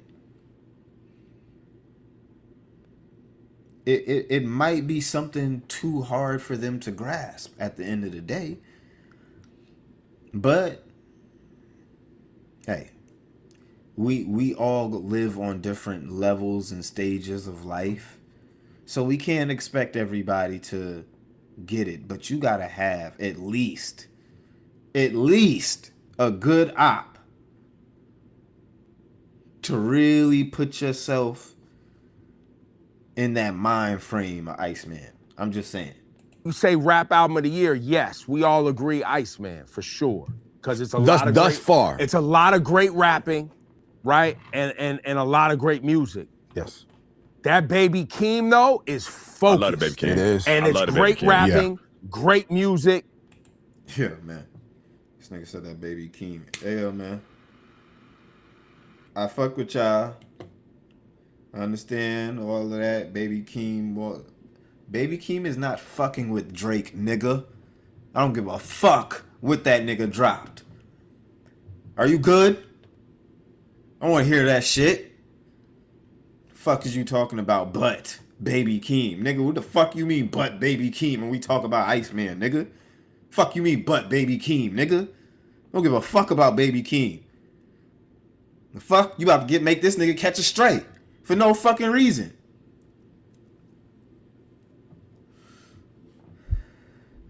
Don't give a fuck what this nigga was talking about.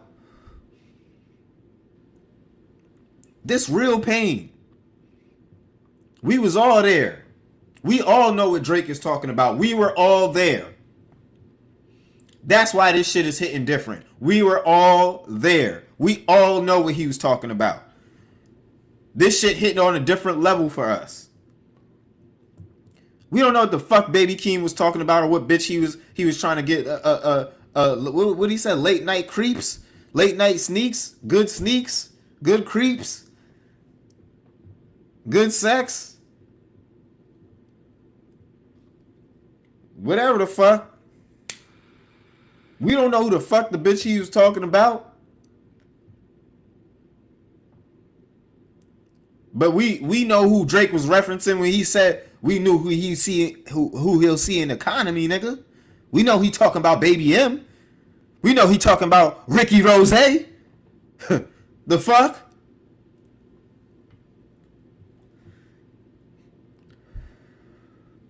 Yo, man.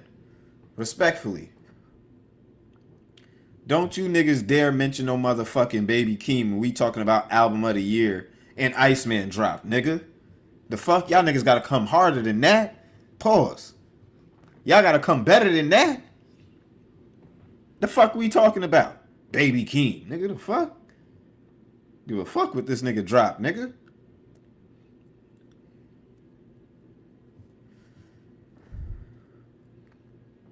Ain't none of y'all niggas dropping no shit like this. I'm just keeping it a buck. We just popping our shit on this side. Ain't none of y'all niggas dropping no shit like this. Ain't none of y'all niggas dropping no shit on this level. We talk about Baby Keem, but Baby Keem ain't still in rotation, nigga. But Baby Keem ain't give us a song of the summer, nigga. The fuck? Lock the summer down and we can talk about Baby Keem, nigga. Tell Baby Keem to come lock the summer down. Fucking Baby Keem, nigga. Who the fuck is this nigga talking about, nigga? I don't give a fuck about no that. Yeah, y'all can listen to Baby Keem if y'all want to, nigga. I don't give a fuck about that. I don't give a fuck about that. ICEMAN dropped.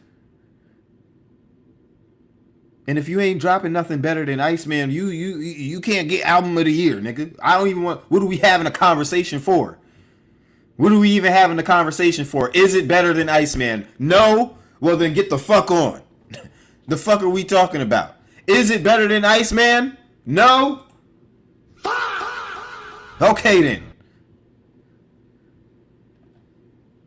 That's it. That's the only question we need to be answering. For the rest of this year, I don't want to hear no talks, no debates. We don't need to have them. We don't need to have them. The only question when it comes down to the album of the year, the hip hop album of the year period, fuck it. When it comes down to that conversation, we only need to ask one question from here on out.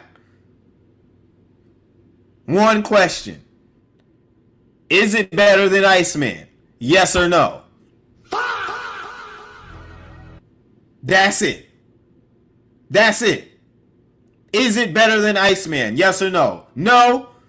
Then get the fuck out of here with the we ain't talking about it. We don't need to talk about it. We don't need to have a discussion.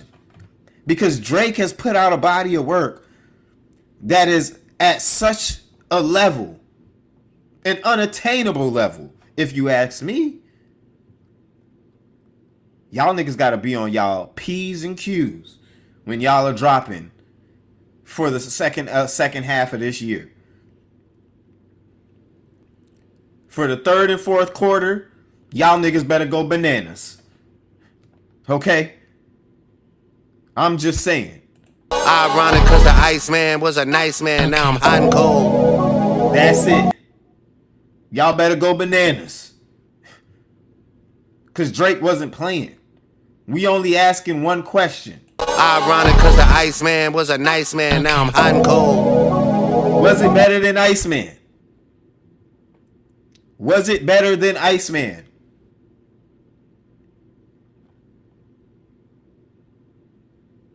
It wasn't. So we don't need to have these conversations. We don't. We don't. If you haven't put out, if you're sitting in the studio right now, whoever you are, okay, whether you're Kendrick, Kevin Gates, T.I., Plies, Boozy, J.I.D., Wale, whoever you are. Y'all all heard Iceman. If you not in the studio right now and you plan on dropping a body of work this year and you not going through those tracks and you not asking yourself, is this shit better than Iceman? And you want to be included in Album of the Year talks, Hip Hop Album of the Year talks, then you better be hitting the drawing board heavy. Heavy.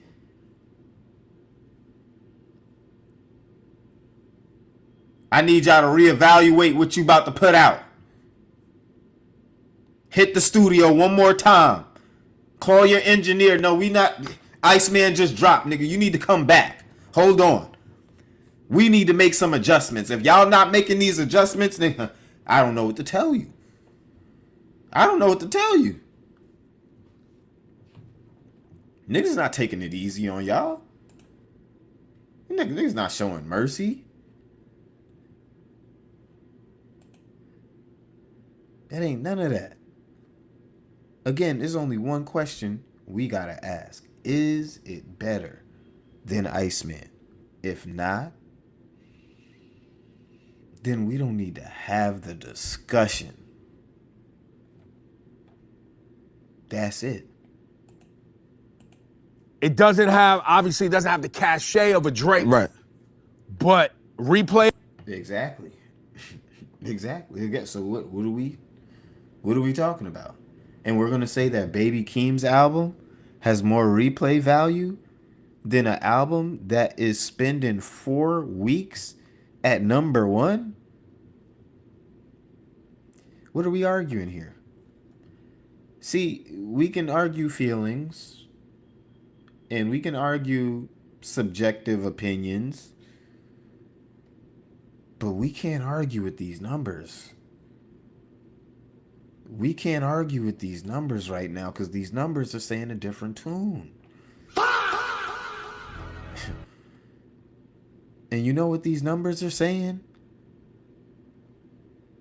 These numbers are saying that Iceman has the most replay value out of any hip-hop album that has dropped this year. It just is what it is. The boy is doing his thing. So we can't sit here and play these games. Come on. What are we talking? What are we doing? This is a clown show. This is a clown work. We're you know, we got to be real about what's going on. Okay? I get how you guys feel. I get it. Trust me. You know, trust me. I get how you guys feel. You know? Personally, I'm a Kobe Bryant fan. Okay? I think Kobe is better than LeBron. Now, can I argue against objective numbers and facts? No, I can't. I can argue about the dog and the different monster that Kobe was on a personal and individual level and how he may have handled certain situations. But even when it comes down to this, Drake is the one who has the Mamba mentality here. Drake is the one who's putting out shit on a different level. We're just being real right now. We're telling objective facts. Drake has put out the album with the most replay value. He's in a different mode. He got that dog in him right now. And there ain't nobody who got that dog in him like that right now. J. Cole put that album out, but he don't got that dog in him We thought if he put it out a couple years ago, when we thought he had that dog in him, we was like, okay, he got that dog in him right now. He going crazy. You looked in my face and saw the face of death. All that shit go, yeah, oh, okay, he talking. He ready to catch a body. He got that dog in him right now. But then the beef happened. Aura lost. Aura 0. Aura 0, nigga. We don't believe none of that shit. All that punk bitch shit, we don't want to hear that shit. We don't want to hear that shit. So, there's only one person who's spitting right now who got that dog in him. And Drake got that dog. Okay? Like it's for all the dogs. This is how I thought he was about to be rapping, and for all the dogs. Because when he said it was for the dogs, I thought it was going to be for the dogs. But this one right here, this is for all the dogs right here. Iceman, this is for the dogs right here, okay? This one right here is for the dogs. You gotta have that dog in you. Baby Keem don't got that dog in him. You know, his face don't even look like he got that dog in him. He don't even look serious. Ability, storytelling, musicality. Yeah. And that tour he's on right now is bringing it to life. I only got one skip on Casino, and it's not because it's a bad song, it's just because it's too fucking heavy and I don't feel like hearing it again. What's it? No Blame? Is that the last? Yeah. I think. Look, in the when we're thinking about like how we get marketed things, which is something I think people, you know, at least for us having to hold a convo, marketing matters, man. Of course. You know what I'm saying? And so a lot of artists, you know, they let things grow organically, and I love that process too. We got fucking smashed with that marketing machine for Iceman. You know what I'm saying? We got hit in the head. It was like an avalanche of that moment, but and it then was the music was. He trying to say it like he trying to convince these niggas to go along with what he's saying. What marketing for Iceman? The marketing that Drake was doing? The anticipation? Come on. You know what I'm saying? We got to be real about what's going on, brother. I get it. But I get it, though. But we're not going to sit here and compare Drake to Baby Keem, okay? I've had enough of that. Let's get on to what Cameron had to say. Cameron says Drake has the upper hand after hearing Jay-Z's freestyle and thought it was not good. Is he like, yo, you know, his words like, yo, your words can't reach God. I'm too high in the sky to hear what niggas is saying. Must have came down because you're paying attention to what niggas is saying, you know what I'm saying? But what I will say is this, and I'm not saying it should or shouldn't, because he dissed a bunch of people, but Drake is competitive too. Yeah. You know, he's a competitive nigga, and I think that by that freestyle not hitting the way that his freestyles usually hit, this is an opportunity if Drake wants to take opportunity and step up and be like, that ain't it, homeboy. Like, you know, whatever, how you really wants to word it. But Jay-Z will crazy like, yo. Yeah. I think Drake should leave it right where it is. It came, it went. It was a nice little week for us to, you know, dissect that and talk about it. But if Jay-Z is not about to come out and put out any tracks and put anything on wax and really step to the plate on that level, then I don't, again, like I said back then, I don't think that there's too much to talk about when it comes down to the Jay-Z freestyle. He said what he said. I think it was light. I think it wasn't anything crazy. And it's really up to whoever really feels like they need to respond to that, but I don't necessarily think that anybody needs to respond. And if the longer they don't and when they don't, it's going to just die down. It's going to be a nice little moment in hip hop history, maybe or maybe not, and we're going to move on. But I don't think that I don't think Drake is going to give this really too much acknowledgement, and if he does, I mean, I'm not going to say that I'm not going to be here for it, but I don't see him really giving this too much acknowledgement. I think it may just very well be a waste of time, and a big part of me feels like it feels like Jay-Z is using these moments and trying to get at people to really spark whatever he's trying to do as far as these shows and possibly another album. So he's obviously trying to stir the pot a little bit and, have the conversation going on. Have a conversation going on around him and these other figures in hip hop that he called out. Okay, so hopefully they leave it where it's at. But again, if they don't, I'm not going to say that I'm not going to be here for it. I would 100% be here for a Drake Jay-Z full diss, okay, and a diss track back. So yeah, let's finish up on some more of these other topics. Some of this stuff is just continuously funny. I actually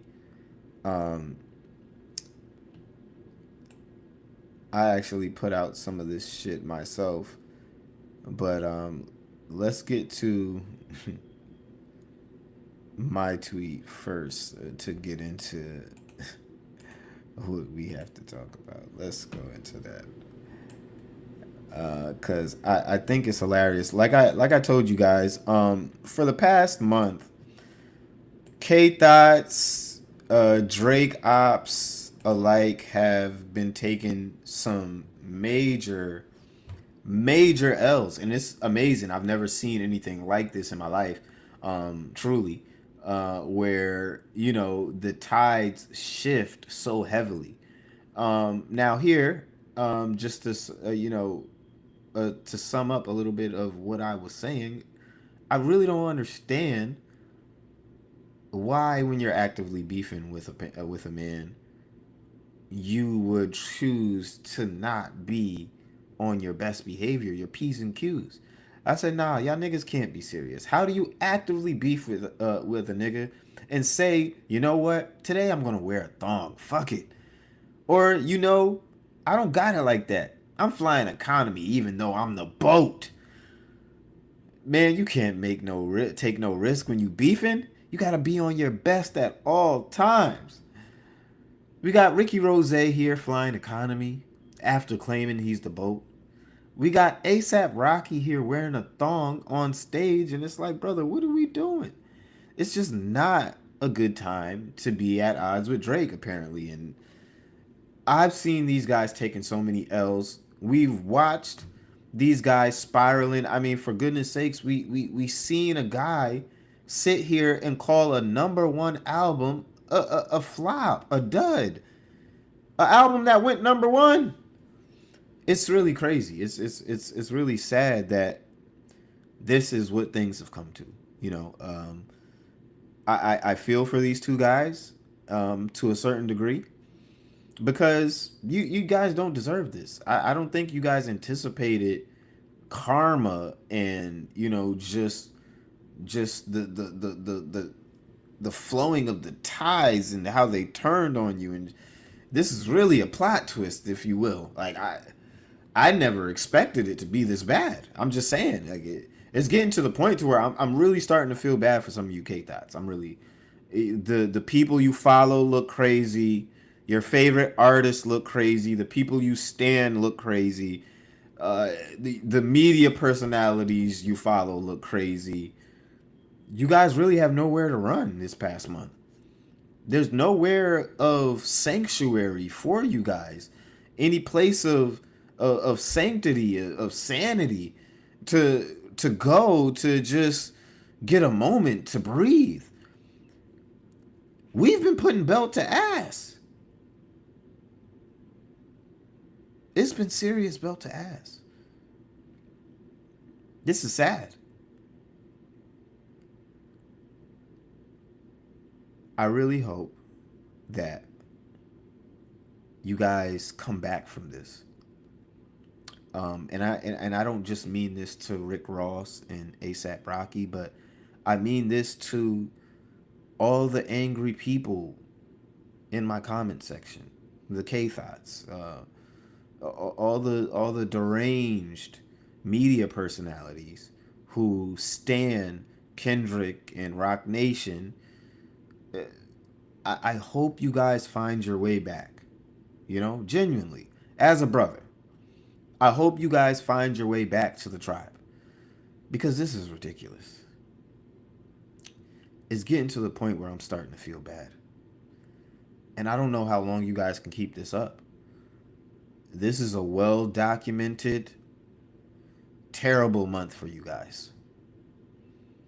Terrible month. I don't know where you guys go from here, but I would say take baby steps. You know, take it one day at a time. Talk to God. Talk to a doctor. There's plenty of people that you can console in, but find you guys' way back to some type of dignity, some type of sanity. Because you guys, quite frankly, have been spiraling since May 15th, since ICEMAN dropped. And I don't like to see you guys like this. You know, a lot of you guys look like the other half of us. You know, a lot of you guys look like me. A lot of you guys are people of the culture, and I don't like people who make the culture look bad. Okay, it's getting to the point to where you guys are making the culture look bad. And if you guys can't get your sanity back together, as far as the media personalities and the culture uniteds of the world, if you guys can't get your sanity back together, allow your brother to take the reins. Okay? Allow me to shepherd the flock, because we know you guys like biblical figures, and we know you guys like speaking in these terms. So maybe you're speaking in some terms that you can understand. Allow me to shepherd the flock, the hip hop flock, back to some type of dignity, because you guys got us looking sad as a whole. I hope you guys get it together, though. It doesn't look like you guys are slowing down, but I'm gonna pray for you guys. You know, it's sad when K thoughts look at the people, and I mean some of them have even defected away, because it's becoming too embarrassing to listen to people like Screwface Thought. It's too embarrassing to sit here and out loud say you watch people like the Company Man. It starts to become embarrassing. You realize people don't take you serious once you said, yeah, you know, I watched that last Anthony Fantano review, and you realize that you've lost their attention after that. You guys have started to notice. I get it. I get it. But this isn't the route to go. You guys are digging yourself deeper and deeper into this hole, and I'm afraid you're going to be at a point of no return soon. So here's what I suggest you guys do. There's been a lot of Kendrick fans who have woken up, like the gentleman that we played earlier. There's been a lot of people who've woken up and they said, you know, I'm sorry. You know, my sentiment, my takes, where I was coming from 2 years ago, it wasn't necessarily me. That doesn't really represent my true feelings and how I truly felt at the time. Here are my true feelings. Here is why I said the things that I've said. And you know, we can accept those people to a certain degree. we can accept what they have to say. We can at least respect that they had the balls to say, you know what, Iceman is fire. Let me apologize. Let me roll this back. And that's exactly what they did.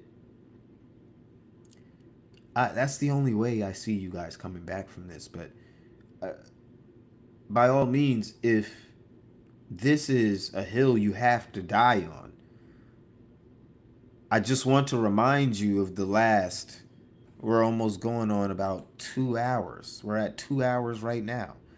I want to remind you of the last 2 hours of me showing you how embarrassing, fuck the last 2 hours, the last month of me streaming. I want you to go back at these episodes of me showing you guys clip after clip, instant after instant, of you guys looking like complete fucking clowns. Complete fucking clowns.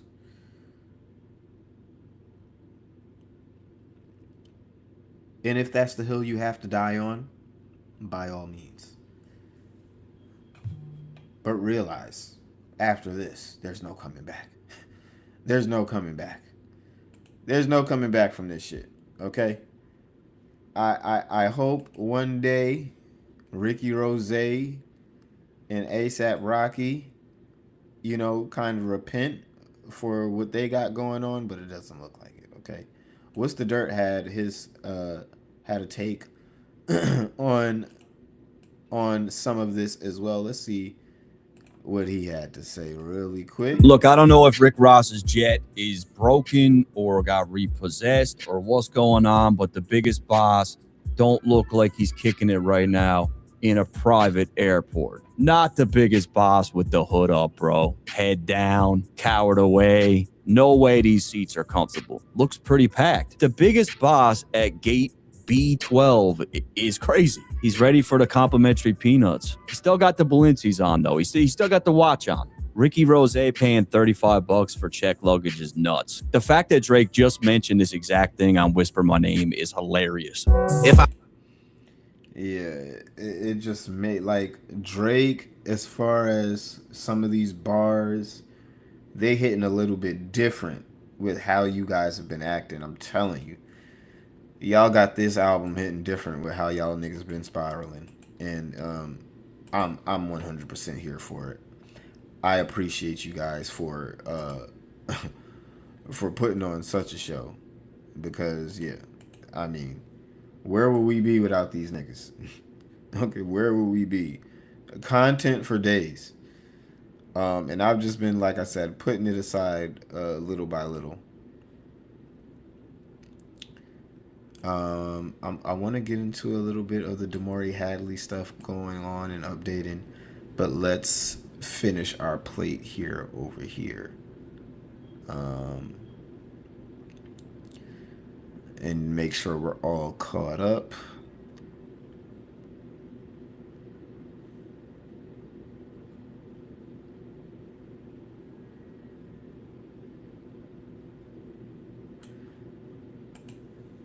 All right, we got another take here that I thought was a pretty good take. Let's listen to this one.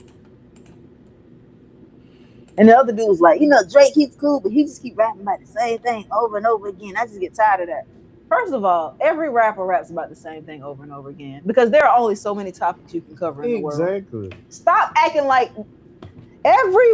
Yeah, the Future been popping up, talking about popping a million pills a year for the past, 30 years, nigga? Like, yeah, we gotta be real. Like, you feel me?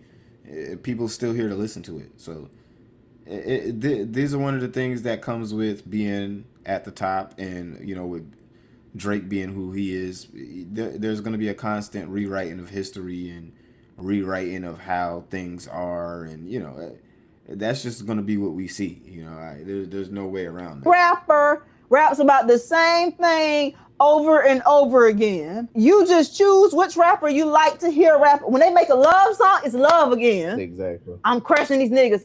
I'm crashing these niggas again. Exactly. We need to do more for the community. We're doing more for the community again. You can only be so creative. Exactly. It's just you have to learn how to say it differently every time. Yeah, that was a perfect take right there.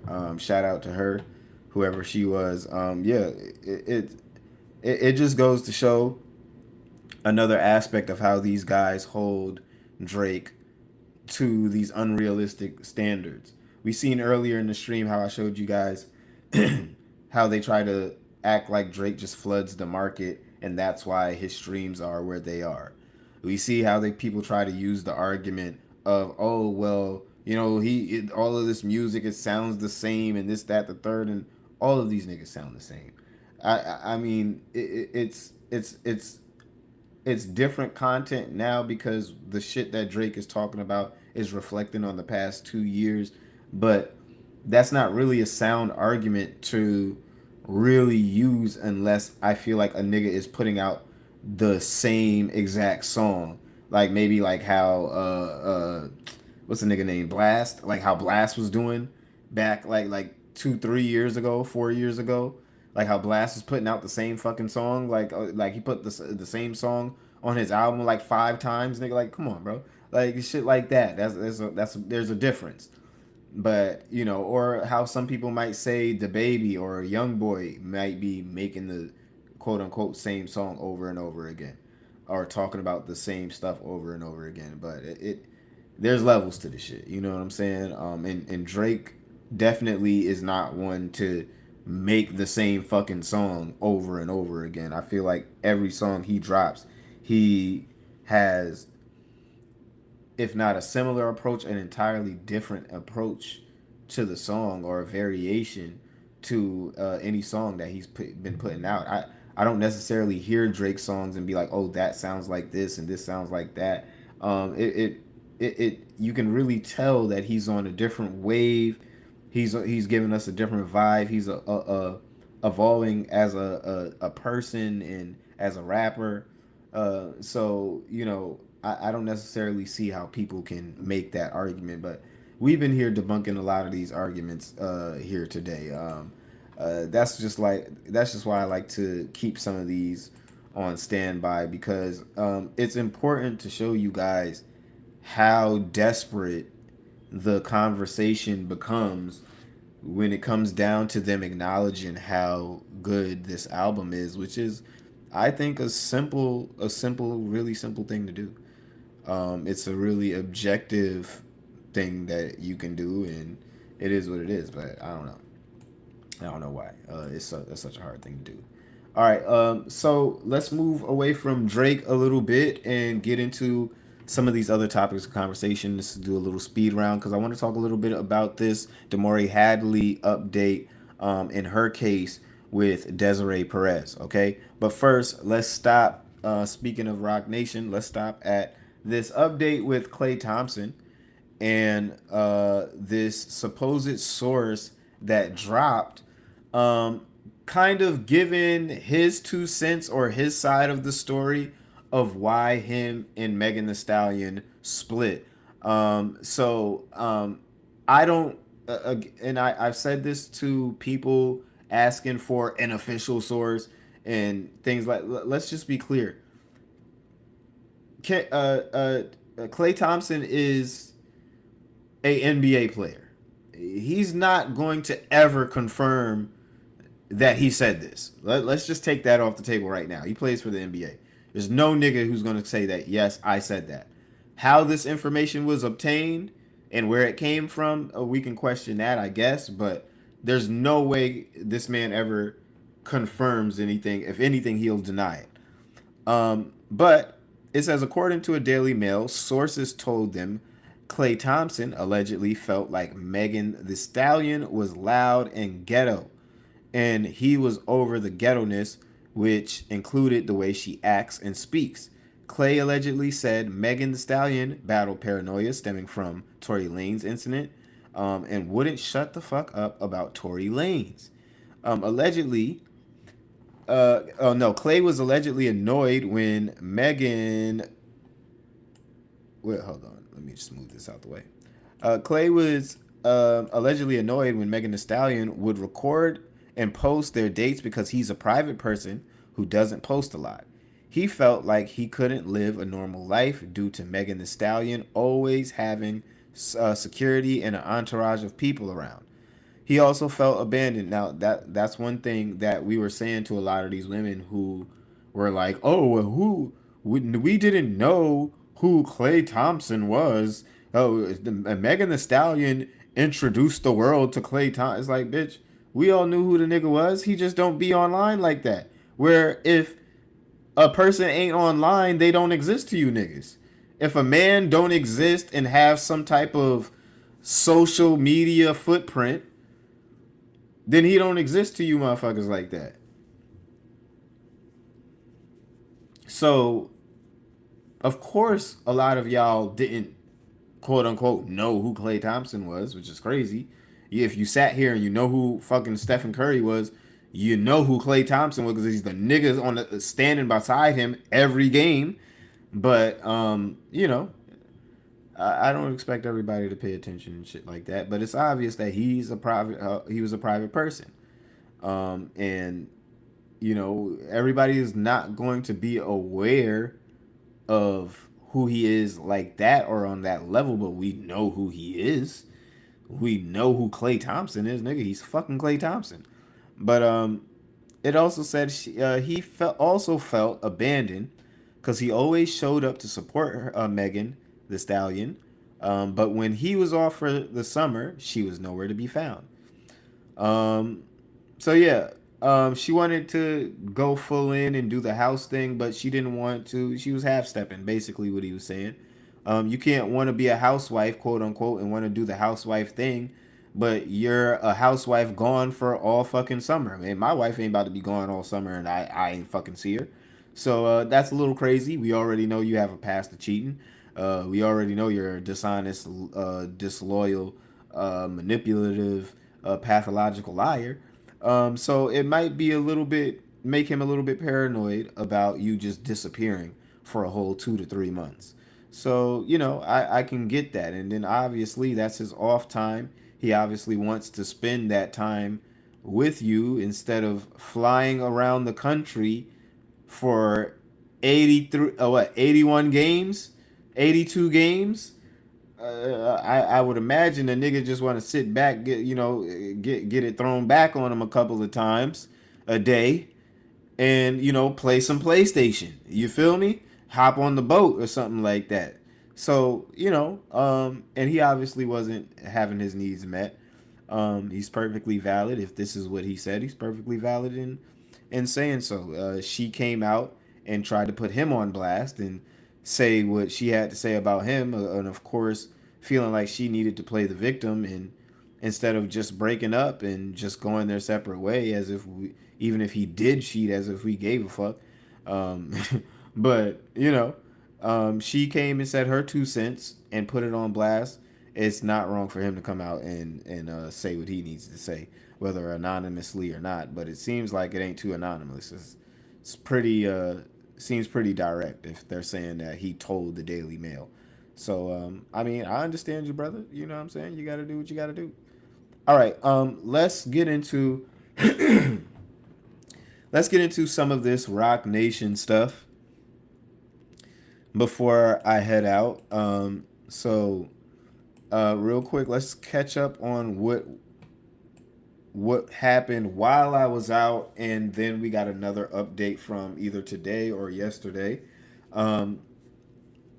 But so far, we got some updates on what's been going on with the two of them. So supposedly, Damari Hadley has now filed a response opposing Desiree Perez's privilege arguments, asking the Southern District of Florida Court to require Perez to answer deposition questions she refused to answer, except for settlement communications between Perez and her attorneys, which Hadley says she does not contest are privileged.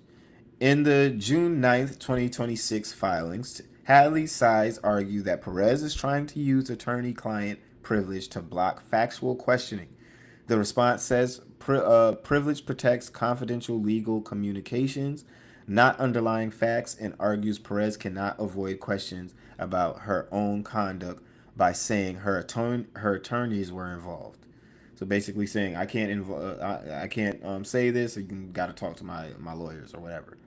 The filing frames Perez's privilege position as part of a larger alleged pattern. Hadley's side claims Perez filed or caused proceedings against DeMaury's based on false information, included a car lawsuit, restraining order, Marchman Act petition, guardianship petition, and reports to law enforcement, then later dismissed several of those proceedings. Hadley argues Perez should not be allowed to weaponize legal processes and invoke privilege when asked to explain what happened. Hadley does not concede one category. The response says that, let's just scroll down a little bit. The response says that to the extent Perez was asked about settlement communication between Perez and her attorney regarding possible reconciliation and attorney fees, Hadley is not seeking to compel an answer. A major issue in the filing involves attorney Brett Schwartz. Hadley's side argues Perez has not shown Schwartz represented Perez personally, pointed instead to a notice of appearance allegedly filed by Schwartz as counsel for DeMaury under Marcy's law. The response says Perez testified she hired and paid Schwartz, but that the state court record and prosecutor communications treated Schwartz as representing DeMaury, not Perez. Hadley's filing also argues that even if Perez had some attorney-client relationship with Schwartz, privilege should not apply because the communications were allegedly tied to an improper plan. The response discusses February 1st, 2024 emails in which Schwartz allegedly referenced an involuntary temporary commitment and a brainwashing expert, while Perez allegedly suggested keeping Javon on edge, quote unquote, by delaying the criminal case. Hadley argues those emails show an alleged plan to manipulate a criminal prosecution and plan DeMaury's involuntary commitment. The response repeatedly invokes the crime fraud exception. Hadley's side argues that privilege does not protect legal advice or attorney communications allegedly used to further fraud, wrongful conduct, or improper scheme. So basically just saying that you can't use the confidentiality between you and your lawyer when you and your lawyer are committing a crime. It's basically all what she's saying here, all in one. They apply that argument to communications involving Schwartz. I think I skipped where I was at. Another key section focuses on the Marchman Act and guardianship petitions. Perez allegedly refused to answer why she voluntarily dismissed those proceedings. Hadley's side argues those questions ask about Perez's reasons, intent, knowledge, and state of mind, not privileged legal advice. The filings ask why Perez dismissed the Marchman Act petition if she genuinely believed DeMaury needed substance abuse treatment, and why she dismissed the guardianship petition if she genuinely believed DeMaury was incapacitated.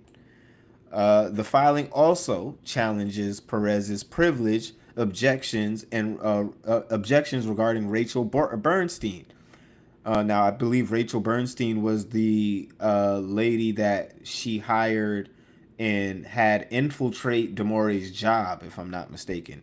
Hadley's side says Perez tried to frame Bernstein as a non-testifying expert, but argues the real issue of why Bernstein was brought into events involving DeMaury before this federal lawsuit existed. Hadley claims Bernstein was allegedly retained as a cult therapist or brainwash expert, and argues attorney involvement cannot create privilege if the purpose was non-litigation conduct involving DeMaury.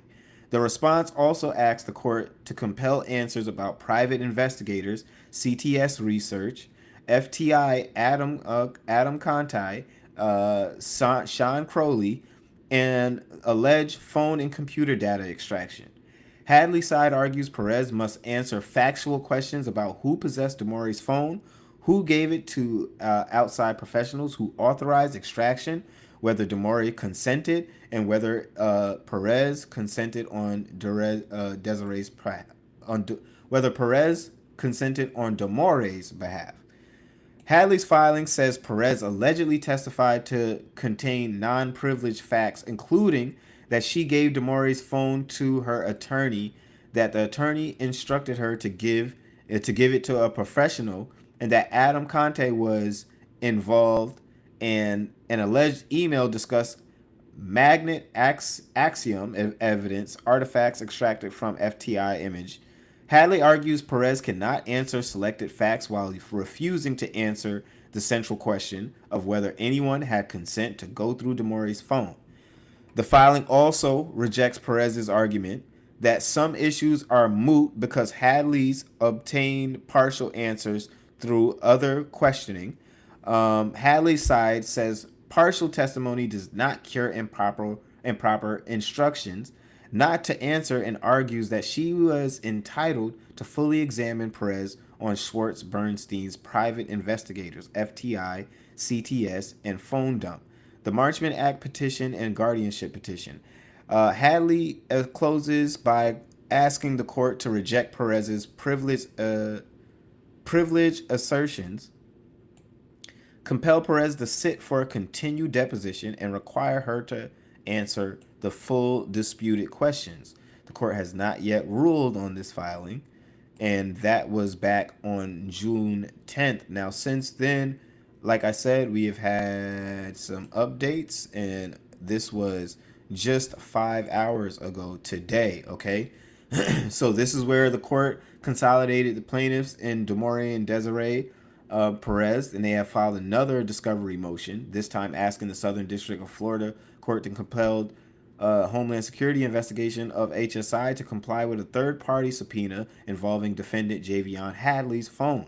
So in the June 15th, 2026 filing, Olga Zayas, Miladies Garcia Gonzalez, and Denise, I think that's Denise Milagros Gonzalez Escribano, says that they subpoenaed HSI for information directly relevant to their claims, specifically for forensic image or extraction of Javon Hadley's cellular telephone. According to the motion, HSI has agreed to produce a requested cell phone extraction to Guidepost Solutions, Inc., but only if the court enters an order compelling production of the plaintiffs provide HSI with an external drive so the image can be transferred to the produced in that format. The consolidated plaintiffs say that the subpoena was issued by the clerk of court and served on HSI on June 1st, 2026.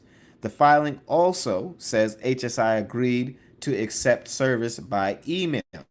The motion argues that the requested cell phone extraction is relevant and proportional to the needs of the case, saying that it contains evidence relevant to the plaintiff's claims and defenses. The plaintiff also argued that the request is narrowly tailored and imposes a minimal burden on HSI, unlike the separate motion involving attorney Naib Hassan. The HSI motion does not describe HSI as refusing to comply. Instead, the filing says HSI indicated it would comply if the court enters an order compelling production. The filing also states that AUSA Lair Hall reviewed the motion on June 15th, 2026, and had no objection. This new HSI motion comes shortly after the consolidated plaintiff also moved to compel attorney Naib Hassan to comply with a third-party subpoena. In that filing, they alleged that Hassan had been personally served on May 18th, 2026, but had not produced the documents objected or moved to quash. The Hassan subpoena, according to the earlier motion, seeks to Communications involving Naib Hassan, Damore Hadley, and Claudia.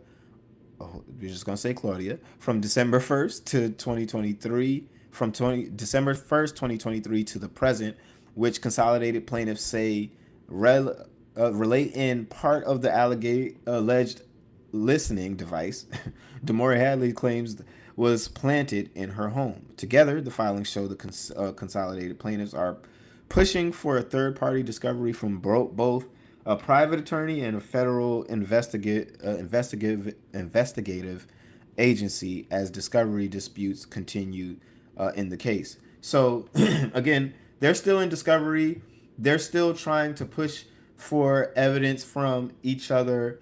In this in particular, it seems like Perez is trying to get certain information that has either an image or a video of Damore Hadley's husband. So again, they're still in discovery. They're still trying to get this thing off the ground, and the lawyers are still at work as far as trying to sort through what was done to Damore Hadley. Now, if you guys don't know what was done to Damore Hadley, I suggest you catch up on my video on that. But just for a quick rundown, this is Desiree Perez, the CEO of Rock Nation, had her daughter kidnapped and put into a mental institution against her will, and basically tried to come between her and her husband because she didn't like the relationship.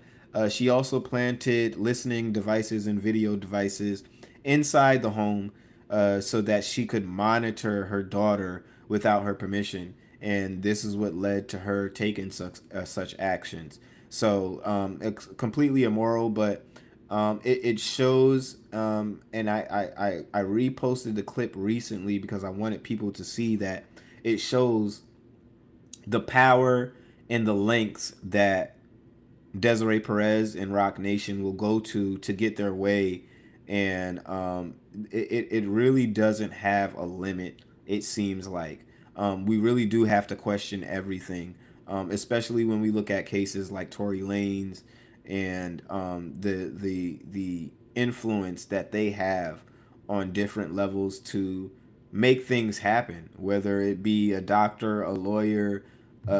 We're seeing with academics and Grand Wizard right now that they've been going through a pattern of seemingly the same behavior, and it keeps coming back to one entity. It keeps coming back to Rock Nation, who seems like this is their bread and butter on how they make sure they keep their feet on certain people's necks.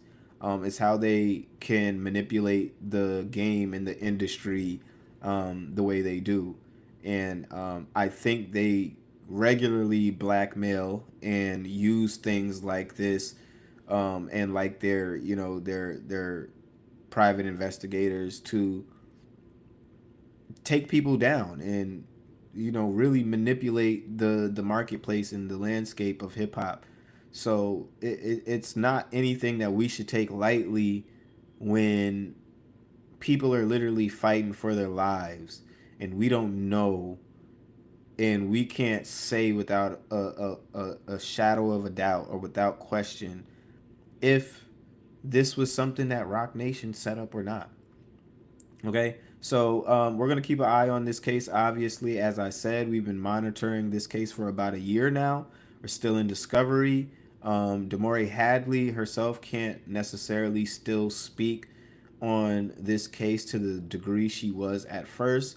But, it's up to us and, people like me to continue to keep what's going on and what happened to her alive, to not let this blatant, just display of power and manipulation continue to go on, especially when it threatens to affect some of our favorite artists. Okay, so I think it's important that we take note and we watch the things that people are doing here in the hip hop industry. we can't continue to let Rock Nation just run amok and do whatever the hell they want. Okay. So yeah, that's all I got for you guys today. Again, just coming back in from New York and having a great time out there. Again, shout out to the Knicks. I can't wait for the parade. I will be there. We will be there. The Doja Room will be in New York. I don't know if we'll live stream from New York or not, but I just may. I just might. So yeah, look out for that. Be on the lookout for that. I'll be looking to talk to some people, see how the people are doing, and with me being back in the towns, we're gonna be looking to step up production and really secure some things that you guys don't expect, because there's always something happening in a big city. Okay. But yeah, I really appreciate you guys for coming in, rocking with me. If you have stuck with me for this long, go ahead and hit this video with a like, hit it with a repost if you're on X. If you're watching on Kick, Rumble, YouTube, go ahead and hit me with a subscribe. Hit that bell notification so that you know every time we go live. It may be another couple of days before I go live, but we do have a Kendrick fan who said he wanted to debate. So I'm going to hold him to his word. He said he has the time. He said he's going to have the time after today to step up to the plate and debate me on Kendrick's Grammys and the validity of his Grammys success and his success in general. So yeah, we'll get into that. Hopefully you guys will be here for that and you'll enjoy that as well. I think I definitely will, because I've been packing people up ever since we've started this show, and we haven't taken an L yet. So I'll be happy to see what homie has to say, and I'll be excited if he actually shows up. We'll be here for it. But yeah, thank you guys for rocking with me. Make sure that you're following me on X again. So when I'm not active and when we're not going live, that is the best way to keep up with me and keep up with my takes, and maybe some takes that I might not cover or might slip through on the show.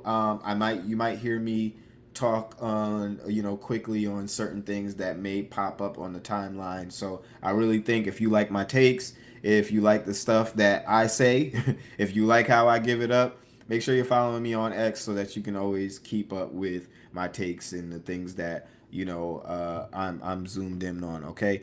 But again, appreciate you guys for stepping into the Doja Room. To all my stoners, hippies, hip hop enthusiasts, you guys have been the best. To all the new followers coming in, this is a regular. Okay, I usually pop on here and pop in with you guys and talk a little bit of shit, and yeah, we just have a good time. We roll us a blunt.